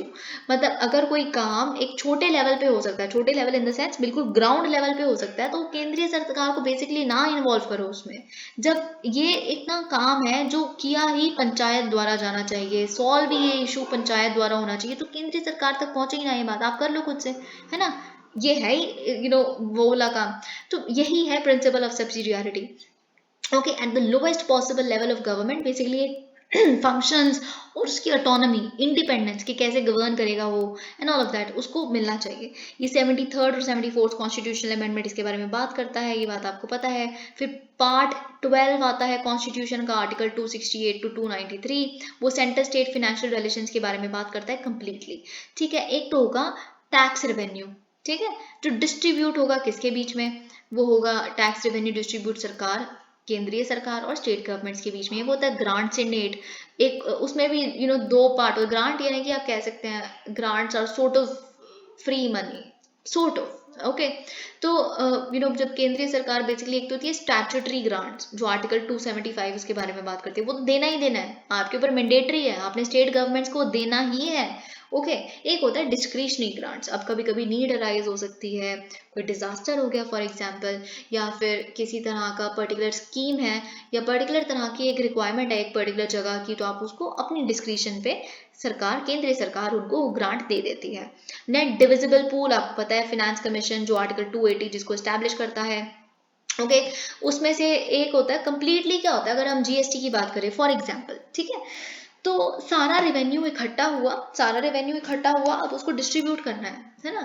तो उस देखिए उसमें भी ऐसा है कि सारा रेवेन्यू जो सरकार के पास जाता है, मतलब क्या किया, आप एग्जांपल लीजिए, जो स्टेट गवर्नमेंट है वो भी कलेक्ट करेगी टैक्सेस को, सब कुछ करेगी, पर कलेक्ट करके वो खुद यूज नहीं करना शुरू कर सकती, उसको कलेक्ट करेगी और केंद्रीय सरकार को डिपॉजिट कर देगी। अब केंद्रीय सरकार के पास सारा पैसा आ गया, अब देखिए वो सारा पैसा तो वैसे भी डिस्ट्रीब्यूटेबल भी नहीं है, उसमें से कुछ चीजें ऐसी होती हैं, एक होता है सेस, एक होता है सरचार्ज। ठीक है, वो हम देखेंगे, सबसे बड़ा चैलेंज भी यही है, सबसे बुरी बात भी जो भी हमारे फाइनेंशियल सिस्टम में चल रही है फिस्कल फेडरलिज्म में, वो सबसे चैलेंजिंग पार्ट यही है कि, अब मैं पहले आपको बता देती हूँ कि जो सेस और सरचार्ज है वो नहीं डिवाइड होता पैसा, वो केंद्रीय सरकार के पास ही रहता है, तो उसको हटा दे अगर हम, तो जो बचा हुआ पैसा है वो डिविजिबल है, ठीक है, वो केंद्रीय सरकार और स्टेट गवर्नमेंट के बीच में डिवाइड होगा, वो फिनेंस कमीशन डिवाइड करेगी 41%, 42%, 40%, कितना स्टेट गवर्नमेंट्स के पास जाएगा, कितना केंद्रीय के पास रहेगा। ठीक है, तो ये चीज है, ग्रांट से नीड मिलता है, टैक्स रेवेन्यू डिस्ट्रीब्यूट होता है, नेट डिविजिबल पूल। देखिए लेकिन आपसे पूछा जा सकता है, डायरेक्ट क्वेश्चन बनता है, what are the sources of state revenues, तो आप ये बिल्कुल एज इट इज बना सकते हैं। ठीक है, तो मैं कुछ कुछ चीजें आपको एक्सप्लेन करूंगी एंड आई गारंटी आपको बहुत ही कम लोग होंगे जिन्हें ये पता होगा कि बेसिकली ये सब कुछ क्या लिखा है। ठीक है, तो I will explain it to you. Okay, एक होता है tax revenue, okay, states own tax revenue जिसे हम SOTR भी कहते हैं, और एक होता है tax devolution from centre. Okay, तो ये चीज आई विल एक्सप्लेन इट यू। तो टैक्स डेवल्यूशन फ्रॉम सेंटर जो है वो तो यही है जो डिविजिबल पूल में से आता है, जिसमें GST वगैरह सब इंक्लूडेड होता है। ठीक है, तो आप इसको अभी देखें, एक तो ये हो गया टैक्स डेवल्यूशन फ्रॉम सेंटर। एक है स्टेट्स ओन टैक्स रेवेन्यू, मतलब उसमें केंद्रीय सरकार का कोई मुद्दा ही नहीं है, वो स्टेट का है, स्टेट ने जनरेट किया, स्टेट खर्च करती है डायरेक्टली। तो हम देख लेते हैं ऐसे कौन से टैक्सेस हैं। देखिए सबको ऐसा लगता है कि ऐसा कोई टैक्स ही नहीं बचा जब से GST है, ऐसा नहीं है, ऐसा बिल्कुल भी नहीं है। ठीक है, तो टैक्सेस ऑन इनकम, अब देखिए यहाँ पे भी सारी तरह के इनकम टैक्स नहीं। ठीक है, तो एग्रीकल्चरल बेस्ड जो इनकम होती है उसका टैक्स स्टेट गवर्नमेंट के पास आता है, क्योंकि जो नॉन एग्रीकल्चरल, देखिए एग्रीकल्चर क्या है, स्टेट लिस्ट में आता है, तो अप्लाई सम लॉजिक। ठीक है, बाकी जो नॉन एग्रीकल्चरल बेस्ड जो सेक्टर्स हैं उस पे जो इनकम टैक्स लगता है वो केंद्रीय सरकार के पास जाता है। ठीक है, tax on property and capital transactions, ठीक है, आपने कोई प्रॉपर्टी खरीदी, उसको ट्रांसफर किया, उसका पैसा आपके अकाउंट में आया, उस पर टैक्स कितना बनता है, या जितनी भी इस तरह के टैक्स होते हैं वो स्टेट गवर्नमेंट के पास जाते हैं। ठीक है, तो taxes on commodities and services, अब देखिए आपको ये बात पता है कि कमोडिटीज में जैसे आप एग्जांपल लीजिए पेट्रोल, ओके पेट्रोल पे जो वैट लगता है वो किसके पास जाता है, पेट्रोल डीजल पे जो वैट लगता है वो स्टेट गवर्नमेंट के पास जाता है, ये बात आपको पता है। ठीक है, तो बेसिकली देखिए क्या है, ऑन एन एवरेज अगर मैं बात करूँ तो अराउंड 40% जो है, जो टोटल रेवेन्यू रिसीट्स हैं एक स्टेट गवर्नमेंट की, वो SOTR से ही आते हैं, खुद के जनरेटेड जो रेवेन्यूज हैं। अब इस SOTR में से भी जो 90% है वो 5 रेवेन्यू हेड्स में से आता है। अगर ये 5 revenue heads as it is लिखा आ गया तो it is correct. Okay, it is correct. तो आपको अगर उसमें से लिखा है taxes on property and capital transactions, जो हम देख चुके हैं, नंबर 1। नंबर 2 स्टेट वैट, जो बेसिकली प्रोडक्ट ये जो पेट्रोलियम वगैरह प्रोडक्ट्स पे देते हैं, जो स्टेट टू स्टेट डिफर करता है।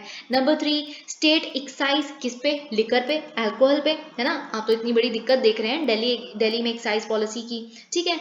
4th tax on vehicle.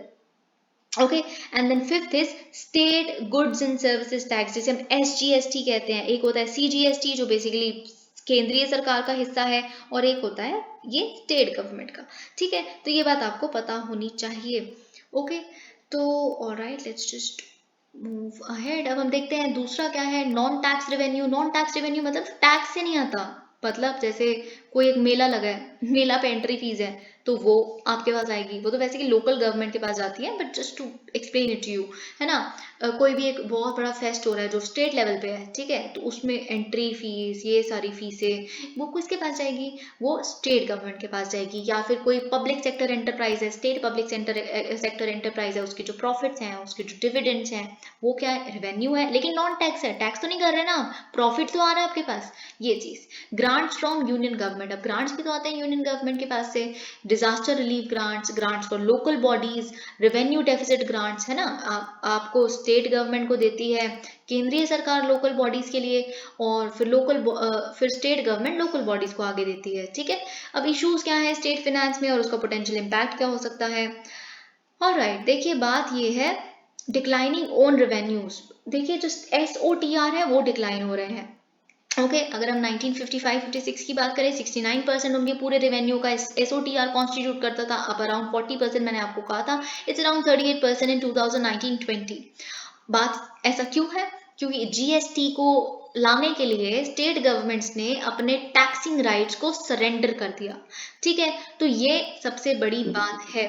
Okay, तो लॉस ऑफ ऑटोनॉमी हियर।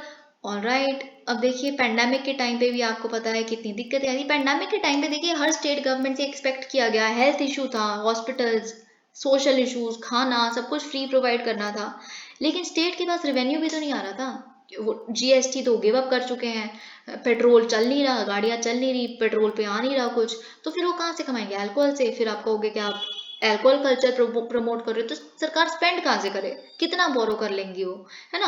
तो ये पैंडेमिक के टाइम पे तो बहुत दिक्कत आई थी। Problems in state level expenditure patterns due. अब देखिए बात क्या है, स्टेट लेवल पे ना एक्सपेंडिचर पैटर्न बड़ा प्रॉब्लमेटिक है, क्योंकि वो जो कमिटेड एक्सपेंडिचर है वो बड़ा ही कम जगह छोड़ देते हैं बाकी चीज़ों में एक्सपेंड करने के लिए, सबसे ज़्यादा पैसा वहीं चला जाता है। या फिर पॉपुलिस्ट स्कीम्स में, जिसे आजकल रेवड़ी कहा जा रहा है ना, फ्री इलेक्ट्रिसिटी, फ्री पानी, हम आपके लोन माफ़ कर देंगे फार्मर्स के, है ना, जो भी आपने पिछले 10 साल में जितने लोन्स लिए हैं, है ना।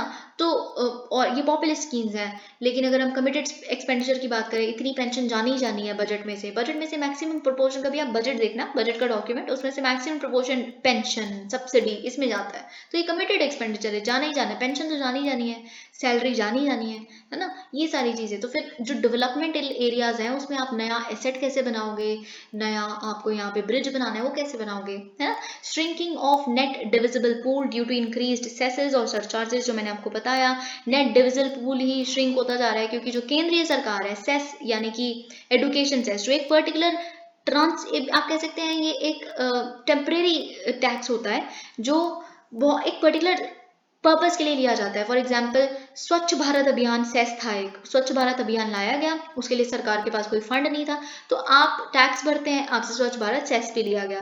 ठीक है, फिर सरचार्ज क्या होता है, surcharge is tax over tax, यानी कि बहुत आप अमीर हो, आपने करोड़ों कमाते हो आप, ठीक है, तो अब आप इतने ही अमीर होते रहोगे तो गरीब गरीब होता रहेगा, आपके बीच में तो इतना ज्यादा गैप बन जाएगा, इतना इनइक्वालिटी आ जाएगी। तो इनइक्वालिटी को ब्रिज करने के लिए सरचार्ज लगाया जाता है, मतलब जितना आप टैक्स भर रहे हो उस पर भी कुछ और टैक्स भरो परसेंट। ठीक है, तो ये चीज होती है। अब ये जाता है केंद्रीय सरकार के पास, तो जब ये बढ़ाते रहोगे, केंद्रीय सरकार ये बढ़ा रही है, तो फिर स्टेट के पास तो कम जाएगा ना। तो इसी बेसिकली अगर हम 2012 में देखें 9.43% था और अब 15.7% है 2020 में। Conception and implementation of centrally sponsored scheme. Centrally sponsored schemes क्या होती है?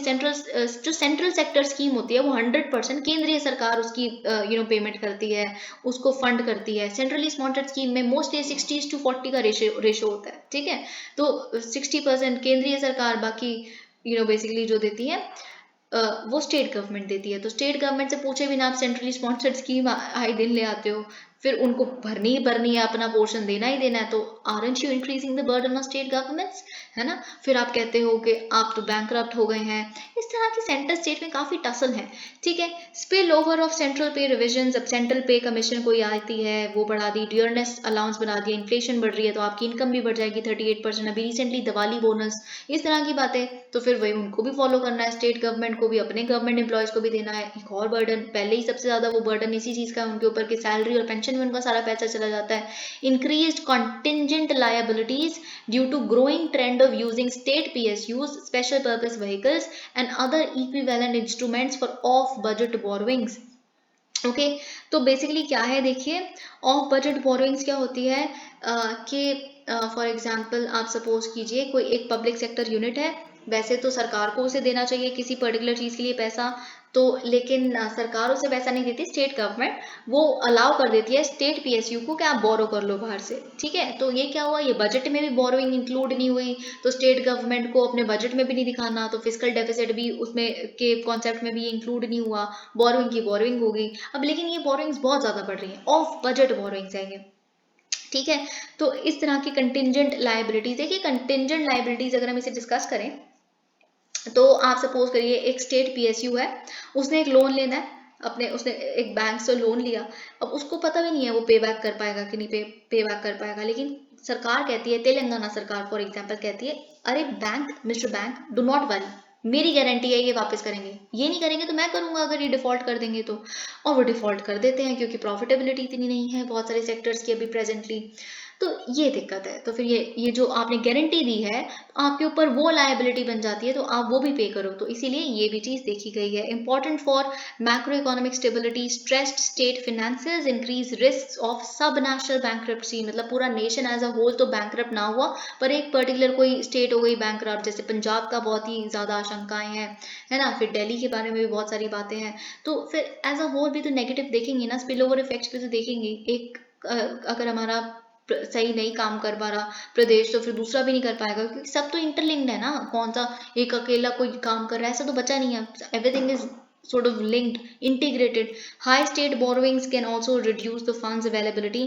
अब साथ साथ क्या होगा, जब आप ही बोरो करते रहोगे, सरकार ही बोरो करती रहेगी, तो फिर फंड बचेगा ही नहीं, बैंक फिर फंड प्राइवेट सेक्टर को कैसे लैंड करेगा, तो क्राउड आउट कर दोगे आप इन्वेस्टमेंट प्राइवेट सेक्टर की अपनी पर्टिकुलर जगहों पे, ठीक है। ये सारी चीजें आप देख सकते हैं। अब क्या इनिशिएटिव्स लिए गए हैं स्टेट फाइनेंस को सपोर्ट करने के लिए, ठीक है, तो ये भी हम देख लेते हैं। कोविड पैंडेमिक के टाइम पे देखिए बड़ी सारी रिलैक्सेशन दी थी केंद्रीय सरकार ने और RBI ने भी, अब उसको फाइनली रैशनलाइज करना थोड़ा पहले वाले टाइम पे ले जाना शुरू कर दिया है, क्योंकि फिजिकल डिसिप्लिन लाना बहुत जरूरी है।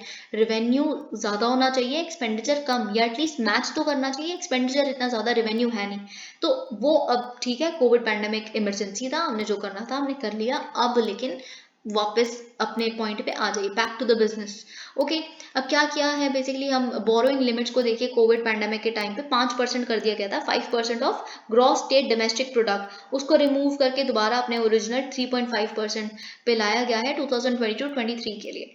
इंक्लूजन ऑफ बजट बोरोइंग्स, अब देखिए क्या किया है, अब बेसिकली क्या है, जो बेसिकली बोरोइंग्स होती हैं स्टेट की वो बजट में तो इंक्लूड होती हैं, लेकिन ऑफ बजट बोरोइंग्स मैंने आपको बताया था स्टेट के बजट में नहीं इंक्लूड होती, तो अब लेकिन इट इज मैंडेटेड कि आप इसे भी बेसिकली बोरोइंग में कंसिडर करेंगे, तो इसीलिए 3.5 तक आपको इसे कंटेन करना है, ठीक है।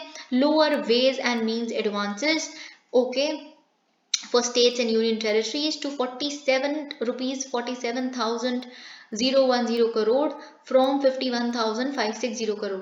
अब देखिए वेज एंड मीन्स एडवांसेस क्या होते हैं, ओके, तो बेसिकली क्या है कि जो आपके पास आप सपोज कीजिए RBI देता है वेज एंड मीन्स एडवांसेस, तो बेसिकली क्या करता है कि आप स्टेट गवर्नमेंट है, आपके पास रिसीट्स इतनी नहीं है और पेमेंट आपने बहुत सारी करनी है।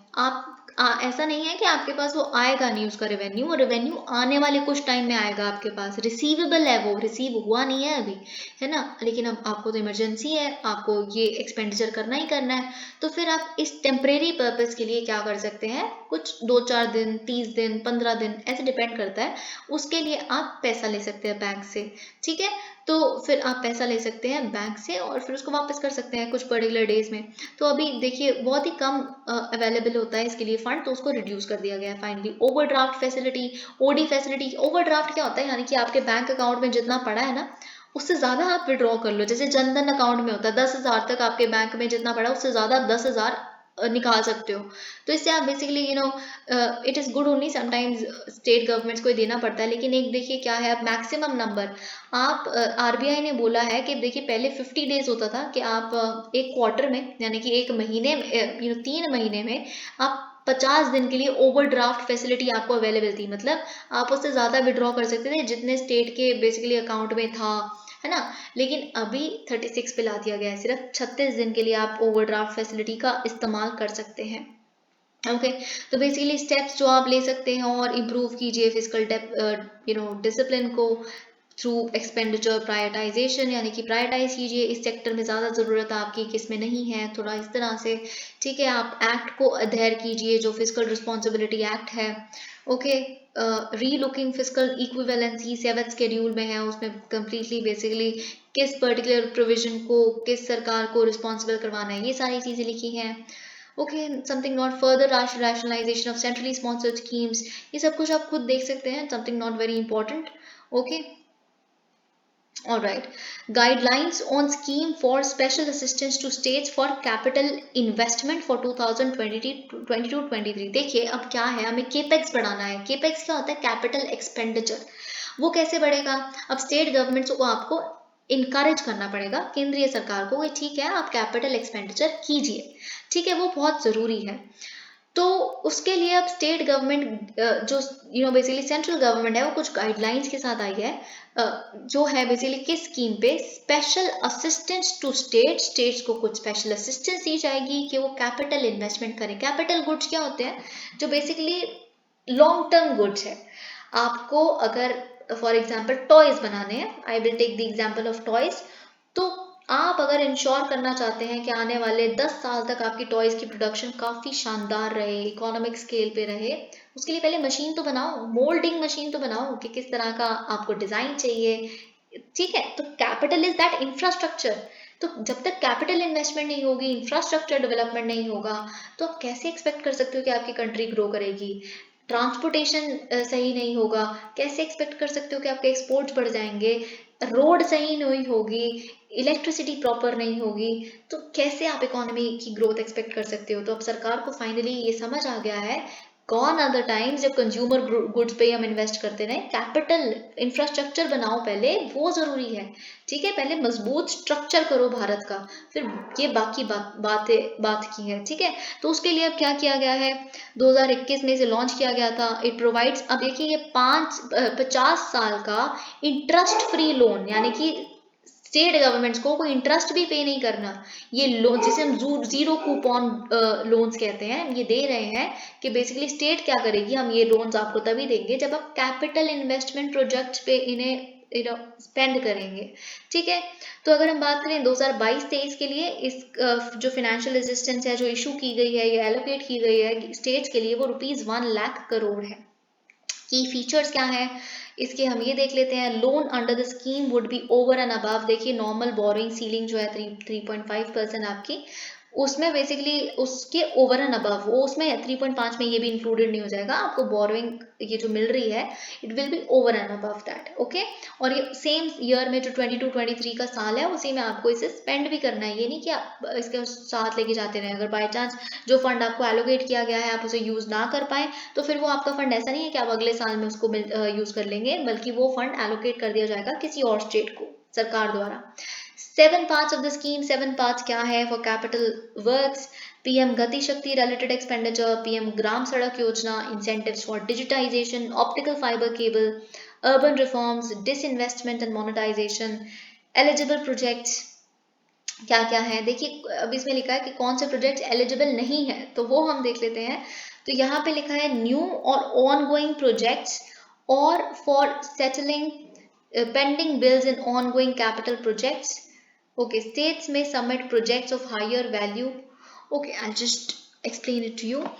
यहाँ पे जो एक्सक्लूजन है वो यहाँ लिखी है। एलिजिबल प्रोजेक्ट क्या है? अगर कोई नया प्रोजेक्ट है या कि कोई ऑन गोइंग प्रोजेक्ट है, या फिर आपको किसी basically on going capital project के बिल्स को, पेंडिंग बिल्स को पे करना है, सेटल करना है, वो भी एलिजिबल है।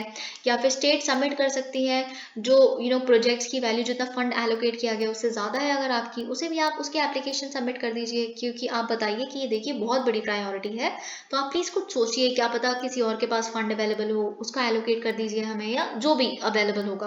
अब किस तरह के प्रोजेक्ट्स एलिजिबल नहीं है, ठीक है? तो जो बेसिकली देखिए यहाँ पे 5 करोड़ से ज़्यादा, या 5 करोड़ तो बेसिकली होना ही चाहिए, 5 करोड़ से ज़्यादा के प्रोजेक्ट्स यहाँ पे आप एलिजिबल हो इनसे फंडिंग लेने के लिए, ठीक है? उससे कम नहीं। नॉर्थ ईस्ट में तो 2 करोड़ से ज़्यादा होना चाहिए। और अगर आपका कोई प्रोजेक्ट रिपेयर और मेंटेनेंस प्रोजेक्ट है, तो उसमें तो आपकी कैपिटल आउटलेट कितनी भी हो, 10 करोड़ हो, आपने रिपेयर में 10 करोड़ लगाना हो, तब भी आपका प्रोजेक्ट एलिजिबल नहीं है। सिग्निफिकेंस क्या है? कैपिटल एक्सपेंडिचर बन जाएगा, और उससे देखिए मल्टीप्लायर इफेक्ट है। मल्टीप्लायर इन द सेंस, अगर आपने 1 रुपये लगाया कैपिटल इन्वेस्टमेंट में, तो 10 रुपये का प्रॉफिट होगा आपको लॉन्ग टर्म में, ठीक है? यही चीज़ यहाँ पे बात की गई है। देखिए मैं और तो कंटिन्यू नहीं कर पाऊंगी यहाँ पे। अब यहाँ पे जो 1-2 आर्टिकल्स हैं जो मुझे आज डिस्कस करने थे, जो इसमें इंक्लूड नहीं हो पाएंगे, वो मैं एक छोटी सी वीडियो, एक ये आर्टिकल है जो रह गया, एक टोकनाइजेशन का आर्टिकल है जो हम न्यूज़पेपर एनालिसिस, और ये बहुत इंपॉर्टेंट है, this is very very important. Okay, और ये सब कुछ बहुत फैक्चुअल है, मैं रिपोर्ट नहीं डिस्कस करूंगी, it is something to be memorised. ये भी मनरेगा, अर्बन एम्प्लॉयमेंट, ये बिल्कुल आप पढ़िए, याद करिए, बहुत ही इजी है। तो ये 2-3 आर्टिकल्स हैं जिसमें मैंने आईपीआर समझाना है, और हम tokenisation, very very important, I will simplify it like anything, हमें वो देखना है। तो ये मैं इसके लिए एक नई वीडियो अपलोड करूंगी। ऑलराइट, सो अगर आप इंटरेस्टेड हैं तो आप बता सकते हैं, आई विल अपलोड इट। वैसे भी I will try my level best कि सेम डे अपलोड हो जाए। Okay, thank you so much, please like the video.